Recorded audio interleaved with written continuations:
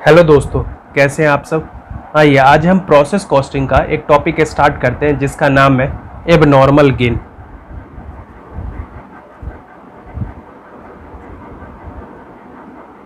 Abnormal gain. आज की class में बेसिकली हम ये सीखेंगे कि एबनॉर्मल गेन का मतलब क्या होता है, एबनॉर्मल गेन की ट्रीटमेंट क्या होती है प्रोसेस अकाउंट में। फिर हम ये सीखेंगे कि एबनॉर्मल गेन अकाउंट बनता कैसे है, और इसके बाद हम एक दो प्रैक्टिकल क्वेश्चन करेंगे इन सब बातों को अच्छी तरीके से समझने के लिए। आइए अब हम समझते हैं एबनॉर्मल गेन। एबनॉर्मल गेन, एक बात बताओ, पिछली क्लास में आपने एबनॉर्मल लॉस का मतलब क्या समझा था। आपने ये समझा था कि ऐसा लॉस जो हमने पहले से एक्सपेक्ट करके नहीं रखा था, यानी अनएक्सपेक्टेड था, और वो लॉस अगर फैक्ट्री में इनकर्ड हो जाती थी तो उस टाइप के लॉस को हम क्या बोलते थे, एबनॉर्मल लॉस। या फिर ऐसा लॉस जो हमने पहले से एंटिसिपेट करके नहीं रखा था और वो लॉस अगर फैक्ट्री में इनकर्ड हो जाती थी, उस टाइप के लॉस को हम क्या बोलते थे, एबनॉर्मल लॉस। इसी तरीके से आप एबनॉर्मल गेन का डेफिनेशन बना सकते हो कि एबनॉर्मल गेन वो गेन होता है जो पहले से मुझे एक्सपेक्ट नहीं था, यानी ऐसा गेन जो पहले से फैक्ट्री को एक्सपेक्ट नहीं था और वो गेन अगर फैक्ट्री को रिसीव होता है तो उस टाइप के गेन को हम क्या बोलते हैं, एबनॉर्मल गेन। ये ऐसा गेन जो पहले से हमने एंटिसिपेट नहीं किया था और वो गेन अगर फैक्ट्री को रिसीव होती है तो उस टाइप के गेन को हम क्या बोलेंगे, एबनॉर्मल गेन। यानी ऐसा गेन जो अनएक्सपेक्टेड था, अनएक्सपेक्टेड था या फिर नॉट एंटिसिपेटेड था। यानी ऐसा गेन जो अनएक्सपेक्टेड था और हमने पहले से एंटिसिपेट नहीं किया था, यानी नॉन एंटिसिपेटेड था, और वो गेन अगर फैक्ट्री को होती है तो उस टाइप के गेन को हम क्या बोलते हैं, एबनॉर्मल गेन। अब हम ये समझेंगे कि प्रोसेसिंग के दौरान एबनॉर्मल गेन कैसे होता है। प्रोसेसिंग के दौरान एबनॉर्मल गेन कैसे होता है, एक एग्जांपल से समझते हैं। इमेजिन करो ये एक फैक्ट्री है,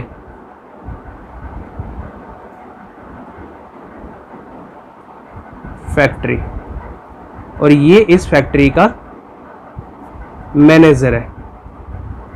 मैनेजर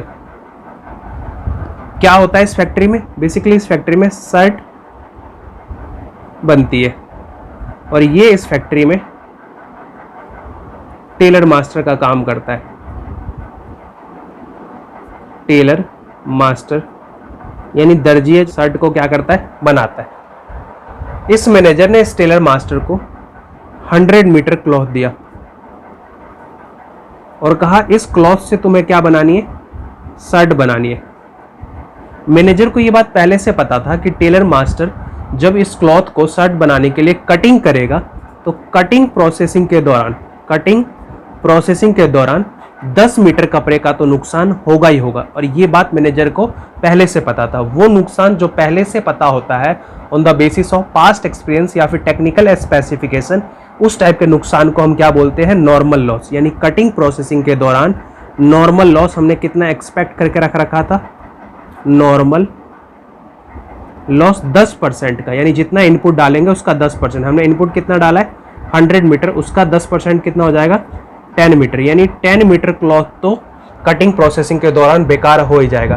यानी कटिंग प्रोसेसिंग के बाद जो आउटकम आएगा, यानी आउटपुट आएगा, वो बताना कितना आएगा, यानी नॉर्मल आउटपुट। नॉर्मल आउटपुट हम कितना एक्सपेक्ट करके रखे हैं कि कटिंग के बाद आएगा ही आएगा। 100 मीटर इनपुट डाला, 10 मीटर का तो नुकसान होगा ही होगा, यानी 90 मीटर कटिंग प्रोसेस के बाद बचेगा। लेकिन एक्चुअली में हुआ क्या, ये जो टेलर मास्टर था वो बहुत ज़्यादा एक्सपीरियंस था और उसके एक्सपीरियंस की वजह से, उसके एक्सपर्टाइज की वजह से काम में और उसकी बारीकी की वजह से इतने सफाई से वो कपड़े की कटिंग करता था कि कटिंग प्रोसेसिंग के दौरान 10 मीटर कपड़े का नुकसान ना होकर एक्चुअली में जो नुकसान हुआ है वो सिर्फ 8 मीटर क्लॉथ का हुआ है। यानी एक्चुअल लॉस जो है, एक्चुअल लॉस वो कितना हुआ है, 8 मीटर। हम पहले से कितना एक्सपेक्ट करके रखे थे, 10 मीटर। कि कटिंग प्रोसेसिंग के दौरान हमारा पास्ट एक्सपीरियंस ये कहता था कि 10 मीटर कपड़े का नुकसान तो होगा ही होगा। लेकिन एक्चुअली में जो नुकसान हुआ है वो 8 मीटर का हुआ है। क्यों हुआ है? क्योंकि टेलर मास्टर एक्सपीरियंस था और उसकी एक्सपर्टाइज की वजह से, उसकी काम में सफाई की वजह से हमारा जो कटिंग प्रोसेसिंग के दौरान कपड़े का नुकसान होता है वो सिर्फ 8 मीटर का नुकसान होता है। हम पहले से सोच के चलते हैं 10 मीटर, और एक्चुअली में जो मेरा नुकसान होता है वो नुकसान कितना होता है? 8 मीटर का। तो बताना कितना कम नुकसान होता है? तो आप बोलोगे 2 मीटर कपड़े का कम नुकसान होता है। कम नुकसान मतलब हमें क्या हो जाना? गेन हो जाना। यानी भाई एक बात समझो, अगर आपको 2 मीटर कम नुकसान हुआ, यानी आपने नुकसान सोचा था 10 मीटर लेकिन आपको नुकसान हुआ 8 मीटर, यानी 2 मीटर का नुकसान कम हुआ है। नुकसान का कम होना यानी अल्टीमेटली आपको फायदा होना। तो आप कहोगे कि ये 2 मीटर का मेरे को क्या हो गया? गेन हो गया। और ये गेन आपने पहले से एक्सपेक्ट करके नहीं रखा था, तो इस गेन को हम बोलते हैं एबनॉर्मल गेन। Abnormal gain. दोबारा समझो कि कटिंग प्रोसेसिंग के दौरान हम सोच के चल रहे थे कि 10 मीटर कपड़े का नुकसान तो होगा ही होगा, लेकिन जो एक्चुअली लॉस हुआ है वो लॉस कितना हुआ है? 8 मीटर। तो हम ये देख रहे हैं, हमने सोचा 10 मीटर और लॉस जो हुआ है वो 8 मीटर, यानी लॉस जो हुआ है 2 मीटर कम लॉस हुआ है। और लॉस कम होना यानी अल्टीमेटली आपको फायदा होना, यानी आपको 2 मीटर का क्या हो गया? गेन हो गया। और ऐसा गेन आपने पहले से नहीं सोच रखा था, यानी आपको पहले से ये बात पता नहीं था कि 2 मीटर फायदे का होगा। तो इस गेन को हम क्या कहेंगे? Abnormal gain. तो अगर मेरे को एबनॉर्मल गेन का डेफिनेशन बनाना हो लॉस के बेसिस पे, तो हम क्या बोलेंगे कि यदि एक्चुअल लॉस नॉर्मल लॉस से कम है। एक्चुअल लॉस कितना है? 8 मीटर। नॉर्मल लॉस कितना है? 10 मीटर। कम है ना एक्चुअल लॉस? हाँ, एक्चुअल लॉस 2 मीटर कम है। तो if actual loss is less than normal loss, अगर एक्चुअल लॉस नॉर्मल लॉस से कम है, तो ऐसे केस में नॉर्मल लॉस और एक्चुअल लॉस के जो डिफरेंस होता है, इसी चीज को हम क्या बोलते हैं? Abnormal gain. तो एबनॉर्मल गेन का अगर मैं इक्वेशन बनाऊं, एबनॉर्मल गेन, तो क्या बनेगा? नॉर्मल लॉस माइनस में एक्चुअल लॉस। नॉर्मल लॉस कितना था? 10 मीटर, और एक्चुअली में लॉस कितना हुआ है? 8 मीटर, यानी 2 मीटर कम नुकसान हुआ है। तो मैं ये कह लूँ कि 2 मीटर का मेरे को क्या हो गया? फायदा हो गया, यानी एबनॉर्मल गेन 2 मीटर का। या फिर दूसरे शब्दों में देखो, आपने कितना लॉस एक्सपेक्ट करके चल रहे थे? 10 मीटर का। तो आपके हिसाब से कटिंग के बाद जो आउटपुट मिलेगा वो कितना मिलेगा? 90 मीटर। लेकिन एक्चुअली में जो मेरा लॉस हुआ है वो कितना हुआ है? 8 मीटर। तो मेरे को एक बात बताओ, कटिंग के बाद मुझे आउटपुट कितना मिलेगा एक्चुअल में? Actual output, actual output 100 units डाला इनपुट, यानी 100 मीटर। एक्चुअल में लॉस कितना हुआ है? 8 मीटर। तो मेरे को जो आउटपुट मिलेगा कटिंग के बाद वो कितना मिलेगा? 92 मीटर। हम पहले से एक्सपेक्ट करके चल रहे थे कि मुझे जो आउटपुट मिलेगा वो 90 मीटर, और मुझे जो आउटपुट मिला वो 92 मीटर का मिला। यानी कि मैं यूं कह लूं कि 2 मीटर फालतू आउटपुट मिला। ये 2 मीटर फालतू आउटपुट क्यों मिला? क्योंकि 2 मीटर हमारा नुकसान क्या हुआ था? कम हुआ था। यानी जितना हम नुकसान सोच के चल रहे थे उससे 2 मीटर कम नुकसान हुआ था, इसलिए वो जो नुकसान कम हुआ था वही अल्टीमेटली हमारा आउटपुट में क्या हो गया? इंक्रीज हो गया। यानी अब एक्चुअली में आउटपुट कितना बनेगा? 92 मीटर, और हम सोच के कितना चल रहे थे? 90 मीटर। यानी 2 मीटर कपड़े का क्या हो गया? मुझे फायदा हो गया प्रोसेसिंग के बाद। तो इसी चीज को हम क्या बोलेंगे? Abnormal gain. तो एबनॉर्मल गेन आप कैसे कह सकते हो कि अगर एक्चुअल आउटपुट नॉर्मल आउटपुट से ज्यादा है। एक्चुअल आउटपुट कितना है? 92 मीटर, और हम एक्सपेक्ट करके कितना चल रहे थे? 90 मीटर, यानी 2 मीटर ज्यादा है। If actual output is more than normal output, then the difference between actual output and normal output, actual output और नॉर्मल आउटपुट के डिफरेंस को हम क्या बोलेंगे? Abnormal gain. तो एबनॉर्मल गेन का यहां से आप इक्वेशन क्या निकाल सकते हो कि आउटपुट के बेसिस पे एबनॉर्मल गेन इक्वल टू में actual output, actual output minus में नॉर्मल आउटपुट। एक्चुअल आउटपुट आपका कितना है? एक्चुअल आउटपुट है आपका 92 मीटर, और नॉर्मल आउटपुट कितना था? 90 मीटर, यानी 2 मीटर ज्यादा बना। यही 2 मीटर मेरा क्या हो जाएगा? Abnormal gain. तो एबनॉर्मल गेन को आप दोनों तरीके से निकाल सकते हो। बात को कंक्लूड करते हैं। यहाँ पे फैक्ट्री के मैनेजर ने इस टेलर मास्टर को 100 मीटर क्लॉथ दिया था, और फैक्ट्री के मैनेजर को ये बात पहले से पता था कि जब इस कपड़े की कटिंग होगी शर्ट बनाने के लिए, तो उस कटिंग प्रोसेसिंग के दौरान जितना हमने इनपुट दिया है उसका 10% लॉस तो होगा ही होगा on the basis of past experience. इसको पहले से पता था, वो नुकसान जो मैनेजर को पहले से पता था उस नुकसान को हम क्या बोलेंगे, नॉर्मल लॉस। तो नॉर्मल लॉस कितना हो जाएगा, 100 मीटर का 10% यानी 10 मीटर। तो एक बात बताओ, अगर 10 मीटर कपड़े का नुकसान इनको पहले से पता था तो ये आउटपुट कितना सोच के चल रहे होंगे प्रोसेसिंग के बाद, यानी कटिंग प्रोसेसिंग के बाद। 100 मीटर माइनस 10 मीटर यानी 90 मीटर, यानी 90 मीटर का ये आउटपुट एक्सपेक्ट करके चल रहे थे। लेकिन ये जो टेलर मास्टर था वो एक्सपर्टाइज था काम में इसका, और इतनी बारीकी इतनी सफाई से कपड़े को काटता था, जिसकी वजह से जो कपड़े की कटिंग प्रोसेसिंग के दौरान लॉस है वो लॉस कम हो जाता था। और एक्चुअली में जो लॉस हुआ वो कितना हुआ, 8 मीटर। हम लॉस सोच के चल रहे थे 10 मीटर और लॉस हुआ 8 मीटर, यानी 2 मीटर लॉस कम हुआ। लॉस का कम होना यानी अल्टीमेटली आपको क्या होना, फायदा होना, यानी 2 मीटर का क्या हो गया, मेरे को गेन हो गया। और ऐसा गेन जो हमने पहले से एक्सपेक्ट नहीं करा था उस गेन को हम क्या बोलेंगे, एबनॉर्मल गेन। तो एबनॉर्मल गेन का हम लॉस के बेसिस पे डेफिनेशन क्या लिख सकते हैं कि if actual loss is less than normal loss, अगर एक्चुअल लॉस नॉर्मल लॉस से कम है तो ऐसे केस में नॉर्मल लॉस और एक्चुअल लॉस के डिफरेंस को हम क्या बोलेंगे, abnormal gain. Abnormal gain equal to में normal loss minus actual loss. हमने सोचा था 10 मीटर लॉस होगा, लेकिन एक्चुअली में लॉस हुआ 8 मीटर का, यानी 2 मीटर कम लॉस हुआ। तो ये जो 2 मीटर कम लॉस हुआ, इसी चीज को हम क्या बोलेंगे, 2 मीटर का फायदा हो गया, यानी एबनॉर्मल गेन हो गया। आउटपुट के बेसिस पे चलो समझते हैं एबनॉर्मल गेन हम कैसे निकालेंगे। एक बात बताओ कि अगर मेरे को एक्चुअली लॉस 8 मीटर का हुआ है तो हम कटिंग प्रोसेसिंग के दौरान एक्चुअल आउटपुट कितना बनाएंगे, 100 मीटर इनपुट माइनस में 8 मीटर यानी 92 मीटर।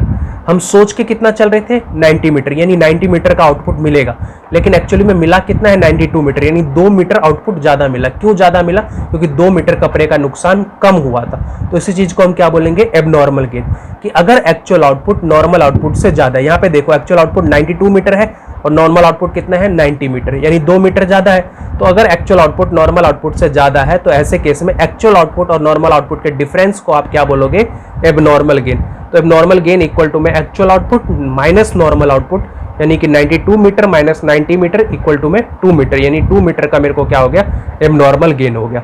इसी बात को हम दूसरे एग्जाम्पल से समझते हैं। मान लो कि ये टैंकर है, ये एक टैंकर है।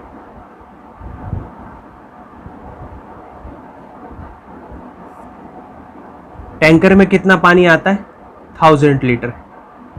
यानी अगर हम टैंकर की गाड़ी मंगाएं तो उस टैंकर का जो कैपेसिटी है वो कितना है, 1000 लीटर। और ये बात हमें पहले से पता है कि यार ये जब गाड़ी वाला ये टैंकर लेके आएगा तो रास्ते में ये 10% का नुकसान तो कर ही देगा। यानी नॉर्मल लॉस कितना है, नॉर्मल लॉस 10% का हमने पहले से एक्सपेक्ट करके चल रहे थे कि 10% पानी तो गिर ही जाएगा। 10% का मतलब हो गया 1000 का 10% यानी 100 लीटर, यानी 100 लीटर पानी तो ये बेकार कर ही देगा। लेकिन गाड़ी वाला इतना ज़्यादा अच्छी तरीके से गाड़ी को चलाया है और इतने धीरे धीरे गाड़ी को लेके आया, जर्किंग वर्किंग बचा के, कहीं पे भी गड्ढे में नहीं डाला, या सोचो एकदम सफाई से गाड़ी को चला रहा था, जिसकी वजह से जो एक्चुअल लॉस है, एक्चुअल लॉस वो 100 लीटर ना होकर के सिर्फ 60 लीटर का होता है। तो ऐसे केस में देखो हम लॉस एक्सपेक्ट करके कितना चल रहे थे, 100 लीटर, लेकिन एक्चुअली में लॉस कितना हुआ है, 60 लीटर। तो कितना लॉस कम हुआ, 40 लीटर लॉस कम हुआ। 40 लीटर लॉस कम होना मतलब 40 मीटर आपको क्या हो जाना, फायदा हो जाना। इसी चीज को हम क्या बोलेंगे, एबनॉर्मल गेन। कि अगर एक्चुअल लॉस नॉर्मल लॉस से कम है, यहाँ पे देखो एक्चुअल लॉस कितना था, 60 लीटर, कि हमें लॉस कितना होगा, 60 लीटर, लेकिन हम एक्सपेक्ट करके कितना चल रहे थे, 100 लीटर। तो अगर एक्चुअल लॉस नॉर्मल लॉस से कम है तो ऐसे केस में नॉर्मल लॉस और एक्चुअल लॉस के डिफरेंस को हम क्या बोलेंगे, एबनॉर्मल गेन। यानी 40 लीटर अगर हमें पानी का कम नुकसान होगा तो 40 लीटर अल्टीमेटली हमें क्या हो जाएगा, फायदा हो जाएगा। तो एबनॉर्मल गेन कितना हो जाएगा, एबनॉर्मल गेन 40 लीटर। एक बात बताओ, हम 1000 लीटर पानी मंगाते हैं और पहले से हम एक्सपेक्ट करके चल रहे थे कि 100 लीटर का नुकसान होगा ही होगा, तो हमारा नॉर्मल आउटपुट कितना था, नॉर्मल आउटपुट हम कितना एक्सपेक्ट करके चल रहे थे कि मुझे पानी मिल जाएगा, 1000 माइनस में 100, यानी कि 900 लीटर हम एक्सपेक्ट करके चल रहे थे कि इतना पानी मुझे मिलेगा। लेकिन एक्चुअली में लॉस कितना हुआ है, 60 लीटर। तो एक्चुअल आउटपुट बताओ मुझे पानी मिला कितना इस टैंकर में से, 1000 माइनस में 60 यानी कि 940। हम एक्सपेक्ट करके चल रहे थे कि 900 लीटर पानी मिलेगा, लेकिन मुझे मिला कितना, 940 लीटर, यानी 40 लीटर पानी ज़्यादा मिला। क्यों 40 लीटर पानी ज़्यादा मिला? क्योंकि 40 लीटर का मुझे नुकसान कम हुआ था। तो इसी चीज़ को हम क्या बोलेंगे? Abnormal gain. कि अगर एक्चुअल आउटपुट नॉर्मल आउटपुट से ज़्यादा है तो ऐसे केस में एक्चुअल आउटपुट और नॉर्मल आउटपुट के डिफरेंस को हम क्या बोलेंगे? Abnormal gain. तो एबनॉर्मल गेन कितना आ जाएगा? एबनॉर्मल गेन इक्वल टू में 940 माइनस में 900 इक्वल टू में 40 लीटर। इसी चीज को आप कई एग्जाम्पल से समझ सकते हो। आओ अब इस बात को हम लिख लेते हैं कहीं पे। लिखो मीनिंग ऑफ एबनॉर्मल गेन। कह रहा है if actual loss is less than the normal loss, अगर एक्चुअल लॉस नॉर्मल लॉस से कम है। एक बात बताओ, वो जो टेलर मास्टर का एग्जाम्पल था, टेलर मास्टर के एग्जाम्पल में हमारा एक्चुअल लॉस कितना था? एक्चुअल लॉस था 8 मीटर का, और हम पहले से कितना लॉस एक्सपेक्ट करके चल रहे थे? 10 मीटर का। अब पढ़ो, if actual loss is less than the normal loss, अगर एक्चुअल लॉस नॉर्मल लॉस से कम है। क्या यहाँ पे एक्चुअल लॉस नॉर्मल लॉस से कम है? हम एक्सपेक्ट करके चल रहे थे 10 मीटर का लॉस होगा, लेकिन एक्चुअली में लॉस हुआ 8 मीटर का, यानी 2 मीटर कपड़े का कम लॉस हुआ। 2 मीटर कम लॉस होना मतलब 2 मीटर का क्या हो जाना? गेन हो जाना। और ऐसा गेन हम पहले से एक्सपेक्ट करके नहीं चल रहे थे, इसलिए बोल रहे थे इसको क्या है? ये एबनॉर्मल गेन। तो अब पढ़ो दोबारा, if actual loss is less than the normal loss, अगर एक्चुअल लॉस नॉर्मल लॉस से कम है, then the difference of normal loss and actual loss, normal loss और एक्चुअल लॉस के डिफरेंस को हम क्या बोलते हैं? Abnormal gain. तो एबनॉर्मल गेन का हमारा फॉर्मूला क्या हो जाएगा? एबनॉर्मल गेन इक्वल टू में नॉर्मल लॉस माइनस में एक्चुअल लॉस। ये कोई फॉर्मूला नहीं है। In other words, if the actual output is more then the normal output. एक बात बताओ, हमारा एक्चुअल आउटपुट कितना था इस केस में? एक्चुअल आउटपुट हमने 100 मीटर क्लॉथ दिया था इनपुट के रूप में। एक्चुअली में लॉस कितना हुआ? 8 मीटर। तो 100 माइनस में 8 मीटर यानी 92 मीटर का आउटपुट निकलेगा कटिंग प्रोसेसिंग बाद। लेकिन नॉर्मल आउटपुट कितना था? यानी हमने पहले से एक्सपेक्ट कितना किया था? नॉर्मल आउटपुट 100 माइनस में 10 यानी कि 90। पढ़ो एक बारी, if actual output is more than normal output, क्या एक्चुअल आउटपुट नॉर्मल आउटपुट से ज़्यादा है? हाँ, एक्चुअल था 92 और नॉर्मल हमने एक्सपेक्ट किया था 90। तो 92 क्यों बना? क्योंकि 2 यूनिट्स का कम लॉस हुआ था। तो जो 2 यूनिट्स कम लॉस हुआ था, यानी 2 मीटर कम लॉस हुआ था, वही कहीं ना कहीं एक्चुअल आउटपुट के रूप में क्या कर दिया होगा? इंक्रीज कर दिया होगा।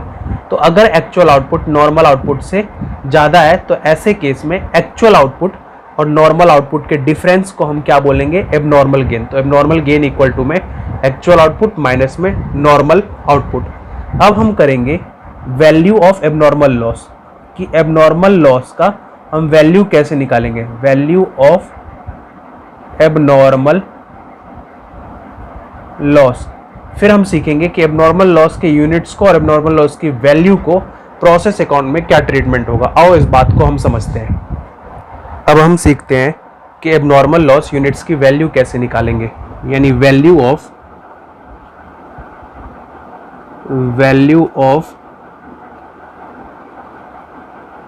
एबनॉर्मल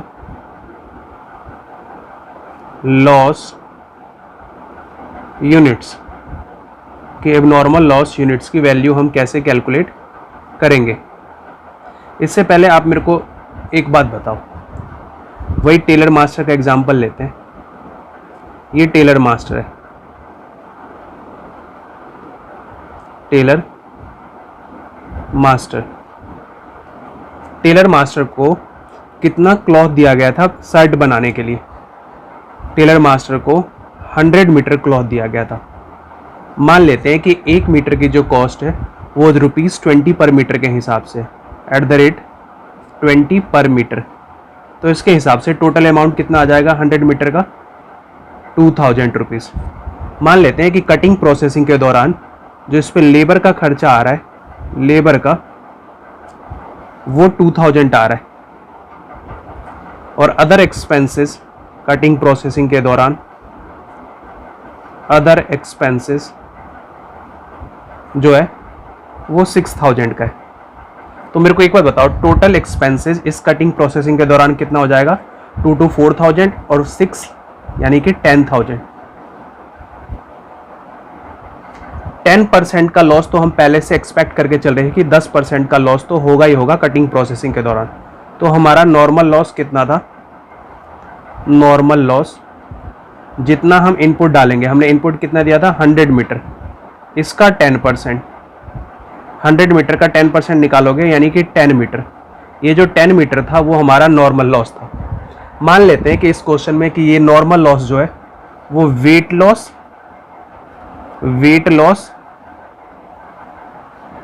या फिर टोटल लॉस के नेचर का है। वेट लॉस या टोटल लॉस के नेचर का मतलब है इट रियलाइज नथिंग, यानी इससे मुझे कुछ भी पैसा प्राप्त नहीं होगा।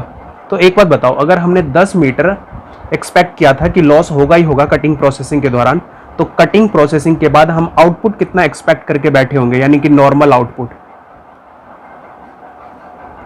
नॉर्मल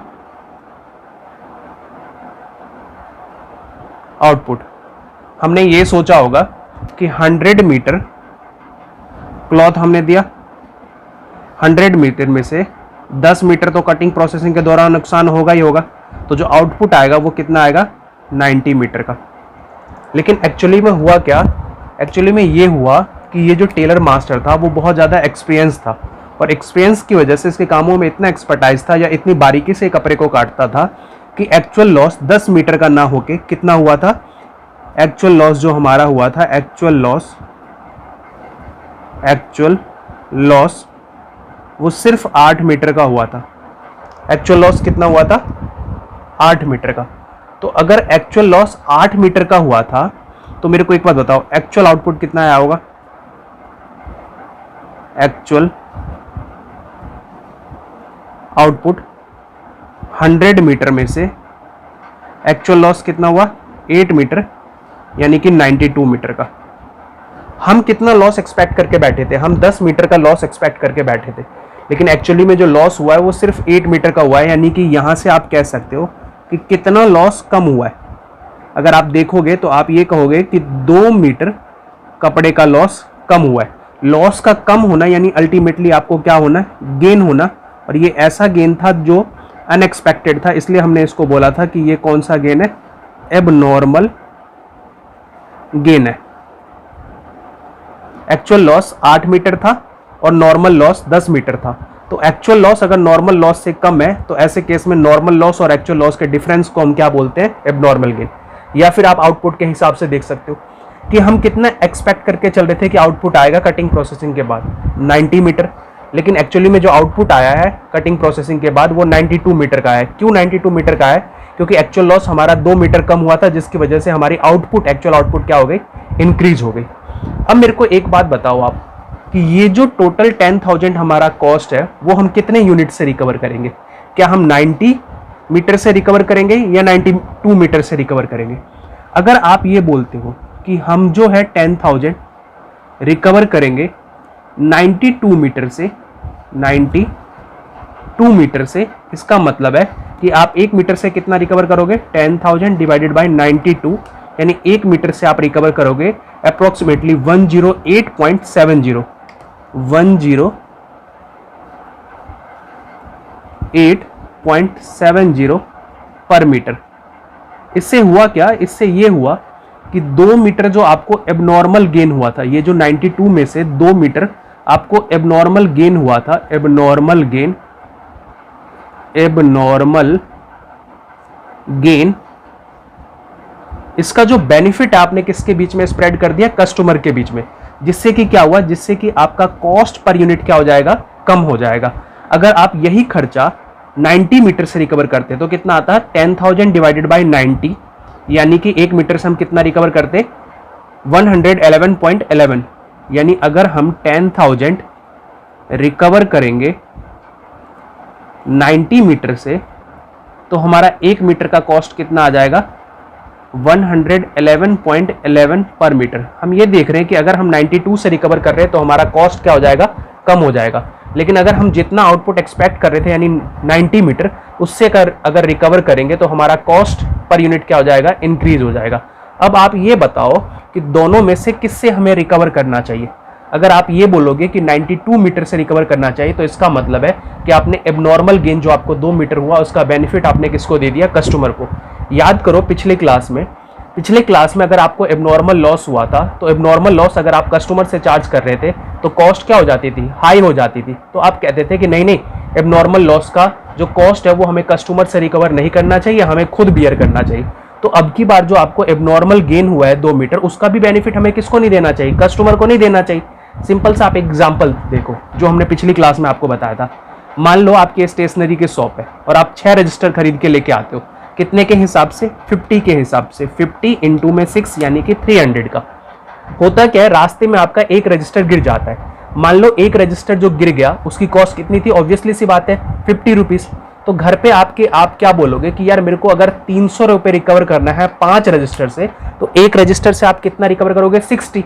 इससे हुआ क्या, जो रजिस्टर आपका एक खो गया था उसकी भी आपने कॉस्ट किससे रिकवर कर ली, गुड प्रोडक्शन यानी बची हुई रजिस्टर से। तो होगा क्या, कोई भी कस्टमर आपके पास खरीदने नहीं आएगा।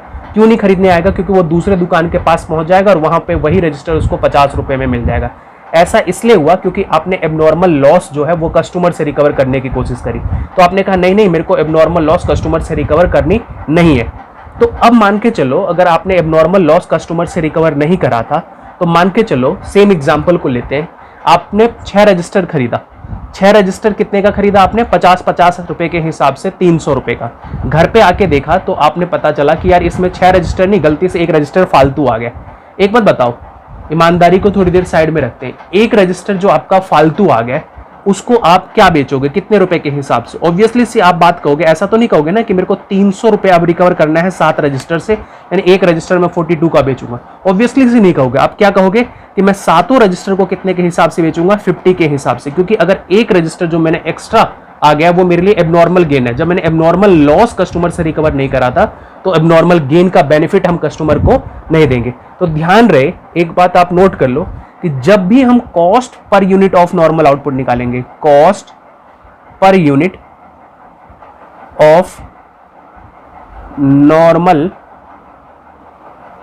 आउटपुट, तो हमेशा उस केस में जो हम कॉस्ट रिकवर करेंगे वो किससे रिकवर करेंगे, नॉर्मल आउटपुट से।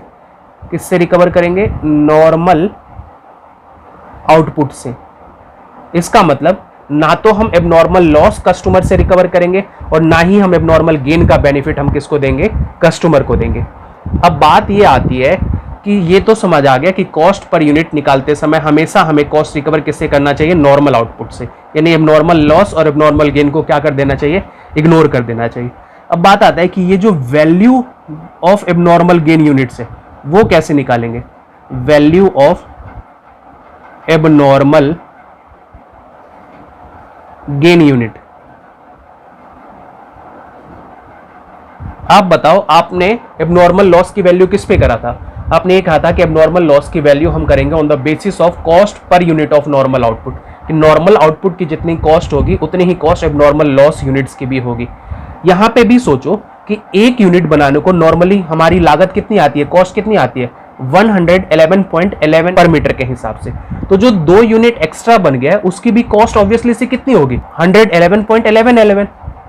ऐसा इसलिए, आपको मैं एग्जांपल देता हूं एक छोटा सा। अभी अभी जब आप 6 रजिस्टर खरीद के लेके आए थे, तो 6 रजिस्टर की कॉस्ट कितने के हिसाब से थी, 50 के हिसाब से 6 रजिस्टर, यानी कि 300 रुपए का। हुआ क्या था, उसमें एक रजिस्टर फालतू आ गया था जो आपका क्या था, एबनॉर्मल गेन। वो जो एक रजिस्टर फालतू आ गया था उसकी भी वैल्यू कितनी होगी, उसकी भी कॉस्ट कितनी होगी। ऑब्वियसली सी बात है, आप कहोगे कि उसकी भी वैल्यू कितने के हिसाब से होगी, 50 के हिसाब से, और 50 के हिसाब से आप क्या करोगे, उसको बेचोगे, क्योंकि वो रजिस्टर भी कैसी है, जैसी बाकी रजिस्टर है। तो यहाँ पे जो एबनॉर्मल गेन हुआ है वो एबनॉर्मल गेन कैसा है, ऑब्वियसली सी बात है जो नॉर्मल यूनिट को बनाने पे लग रहा है। नॉर्मल यूनिट को बनाने पे हमारी कॉस्ट कितनी आ रही है, 111.11 के हिसाब से। तो जो एबनॉर्मल गेन हुआ है उसकी भी कॉस्ट हम किस पे करेंगे, cost per unit of normal output के हिसाब से। तो हमेशा याद रखना कि एबनॉर्मल गेन का जो हम वैल्यू करेंगे on the basis of cost per unit of normal output के हिसाब से करेंगे, कि नॉर्मल आउटपुट की जो कॉस्ट होगी वही कॉस्ट हम मानेंगे कि एबनॉर्मल गेन की भी होगी, यानी एबनॉर्मल गेन की भी वैल्यू उसी के हिसाब से कैलकुलेट। यानी यहाँ पे एबनॉर्मल गेन कितने का हुआ आपको, 2 मीटर, और 1 मीटर की कॉस्ट कितनी आई है, नॉर्मल 111.11। तो 2 मीटर की कितनी आ जाएगी, 2 × में 111.2 इंटू में 111.11 ये आ जाएगी आपकी 222.22 यानी 222.22 रुपीज़ आ जाएगा। यानी इतना आपका क्या हो जाएगा, एबनॉर्मल गेन यूनिट्स की वैल्यू हो जाएगी। यानी हमेशा याद रखना कि कॉस्ट पर यूनिट निकालेंगे तो नॉर्मल आउटपुट से रिकवर करेंगे, और जब भी हम एबनॉर्मल गेन यूनिट्स की या एबनॉर्मल लॉस की वैल्यू निकालेंगे तो वो किस पे निकालेंगे, on the basis of cost per unit of normal output. अब बात आता है कि एबनॉर्मल गेन यूनिट्स को और एबनॉर्मल गेन की जो वैल्यू होगी उसको प्रोसेस अकाउंट में कैसे ट्रीट करेंगे। इसको समझने के लिए आओ एक हम क्वेश्चन करते हैं। उस क्वेश्चन से आपको ये समझ आ जाएगा कि एबनॉर्मल गेन यूनिट्स को और एबनॉर्मल गेन की जो वैल्यू है उसको प्रोसेस अकाउंट में कैसे ट्रीट हम करते हैं। आओ उस क्वेश्चन को सॉल्व करते हैं। चलो एक क्वेश्चन करते हैं। Presume in the main question, main question मतलब वही नेल मैन्युफैक्चरिंग वाला जो हम फर्स्ट क्लास से करते आ रहे हैं। If the actual output is 965 kg, अगर एक्चुअल आउटपुट 965 kg है, प्रिपेयर प्रोसेस अकाउंट, आपसे बोल रहा है प्रोसेस अकाउंट बनाओ, एबनॉर्मल गेन अकाउंट बनाओ और नॉर्मल लॉस अकाउंट आपसे बनाने के लिए बोल रहे हैं। आप उस एग्जांपल में बताओ जो आपने क्वेश्चन करा था मेन क्वेश्चन, वहां पे हमारा रॉ मटेरियल यानी डायरेक्ट रॉ मटेरियल कितना था, 2 डायरेक्ट मटेरियल,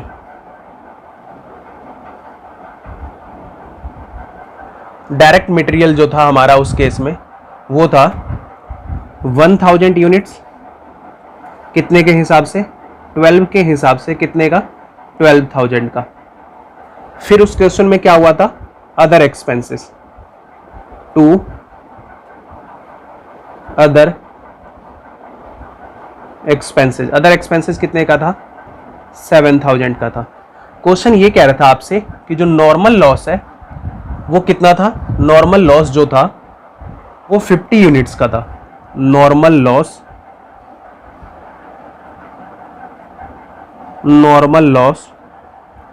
50 यूनिट्स का था। और क्वेश्चन ये बोल रहा था कि इट रियलाइज नथिंग, इससे मुझे कुछ भी नहीं मिलेगा। इसका मतलब ये किस नेचर का था, वेट लॉस या फिर टोटल लॉस के नेचर का। अगर नॉर्मल लॉस, वेट लॉस या टोटल लॉस के नेचर का था तो इसका ट्रीटमेंट हम प्रोसेस अकाउंट में क्या करते थे, प्रोसेस अकाउंट में नॉर्मल लॉस के यूनिट्स को सिर्फ हम क्या कर देते थे, क्रेडिट कर देते थे। तो आओ प्रोसेस अकाउंट में हम क्रेडिट करते हैं नॉर्मल लॉस के यूनिट्स को बाय नॉर्मल लॉस अकाउंट। सिर्फ यूनिट को क्रेडिट करेंगे, कितना यूनिट, 50 यूनिट्स।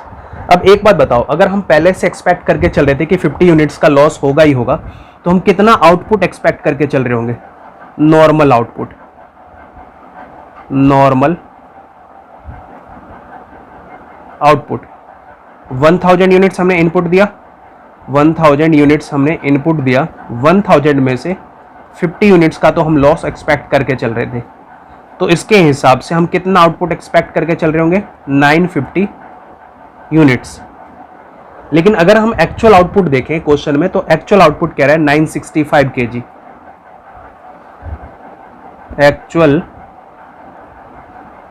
आउटपुट जो है वो कितनी है, 965 kg बोल लो या 965 यूनिट्स कह लो। तो एक बात बताओ, एक्चुअल आउटपुट नॉर्मल आउटपुट से कितना ज्यादा है, एक्चुअल आउटपुट नॉर्मल आउटपुट से 15 यूनिट्स ज्यादा है या 15 kg ज्यादा है।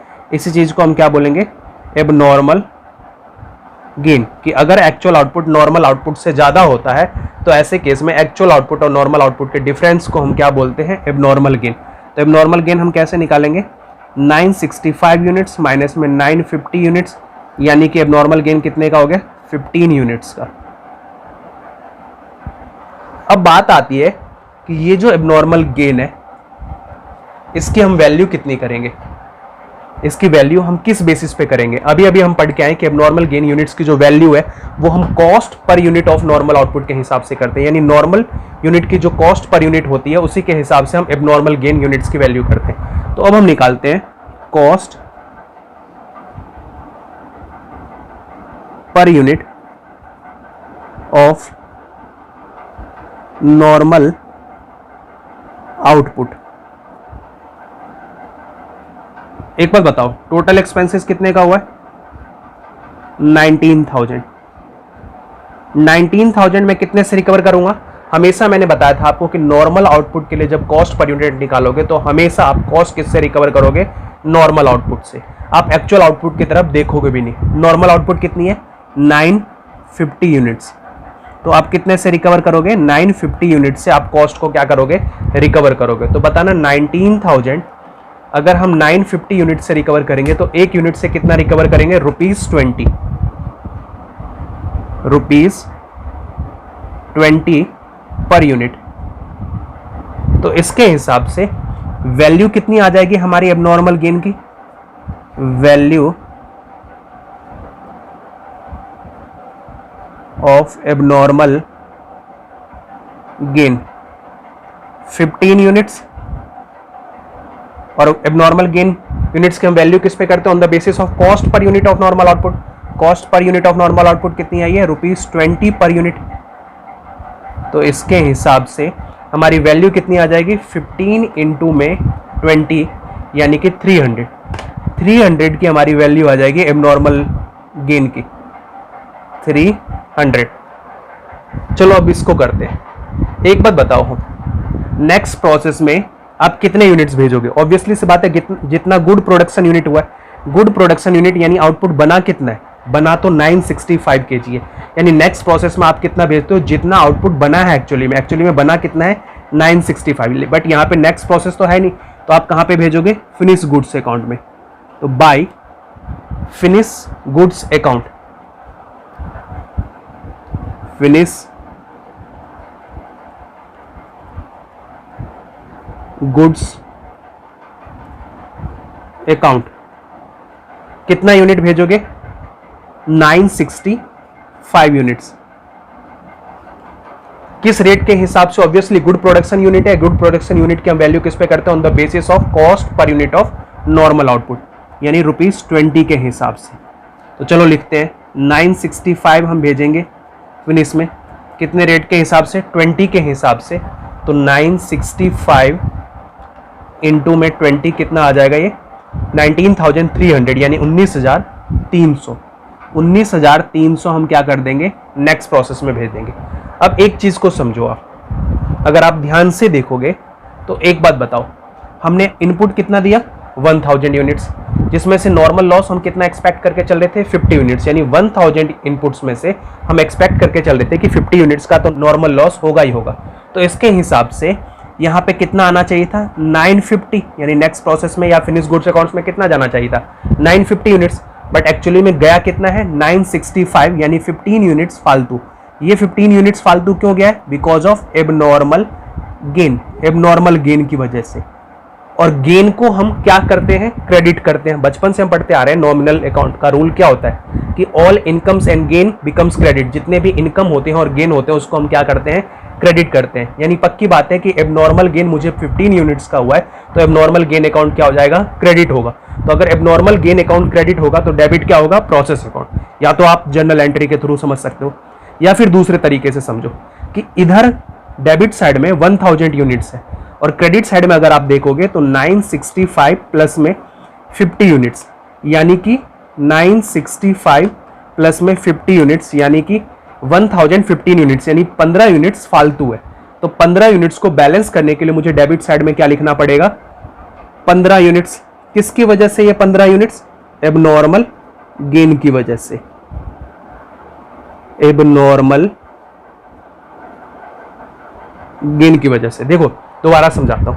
एबनॉर्मल गेन को आप दो तरीके से प्रोसेस अकाउंट में ट्रीटमेंट सीख सकते हो। अगर आप देखो 1000 यूनिट्स आपने इनपुट डाला, उसमें से आप 50 यूनिट्स का लॉस एक्सपेक्ट करके चल रहे थे, तो आपके हिसाब से आउटपुट कितना बनना चाहिए था? Normal output 950 units. यानी नेक्स्ट प्रोसेस या फिनिश गुड्स अकाउंट्स में कितना जाना चाहिए था? 950। लेकिन एक्चुअली में फिनिश गुड्स अकाउंट यानी नेक्स्ट प्रोसेस में गया कितना है? 965 यूनिट्स, यानी 15 यूनिट्स फालतू गए, जिसको हम बोलते हैं एबनॉर्मल गेन। और गेन को हम क्या करते हैं? क्रेडिट करते हैं। नॉमिनल अकाउंट का रूल कहता है कि all incomes and gain becomes credit. जो भी इनकम होता है और गेन होता है उसको क्रेडिट करते हैं। इसका मतलब एबनॉर्मल गेन अकाउंट क्रेडिट होगा तो डेबिट क्या होगा? Process account. या फिर दूसरे तरीके से आप बैलेंस के तरीके से समझ सकते हो कि डेबिट साइड में अगर 1000 यूनिट्स है तो इस साइड में भी कितना होना चाहिए था? 1000। लेकिन क्रेडिट साइड में हमने चेक करा, क्रेडिट साइड में 15 यूनिट्स फालतू है। क्यों 15 यूनिट्स फालतू है? Because of abnormal gain. तो इसको बैलेंस करने के लिए डेबिट और क्रेडिट को मुझे बैलेंसिंग फिगर इधर डालना पड़ेगा 15 यूनिट्स, और ये 15 यूनिट्स किसकी वजह से? एबनॉर्मल गेन यूनिट्स की वजह से। तो आओ इसकी वैल्यू करते हैं हम। एबनॉर्मल गेन की वैल्यू हम किस पे करते हैं? Cost per unit of normal output, यानी कि 20, और वैल्यू कितनी आ जाएगी? 300। तो हमने ये देखा कि एबनॉर्मल गेन यूनिट्स को और एबनॉर्मल गेन की वैल्यू को हम प्रोसेस अकाउंट में क्या करते हैं? डेबिट करते हैं। तो एंट्री क्या बनी? Process account debit to abnormal gain, यानी जब हम एबनॉर्मल गेन बनाएंगे तो एबनॉर्मल गेन अकाउंट को क्या करेंगे? क्रेडिट करेंगे। देखो तो सही, प्रोसेस अकाउंट डेबिट हो रहा है तो इसका मतलब क्रेडिट क्या हो रहा होगा? Abnormal gain. तो जब हम एबनॉर्मल गेन में कॉन्ट्रा एंट्री पोस्ट करेंगे तो एबनॉर्मल गेन को क्या करेंगे? क्रेडिट करेंगे। किसकी वजह से? प्रोसेस अकाउंट की वजह से।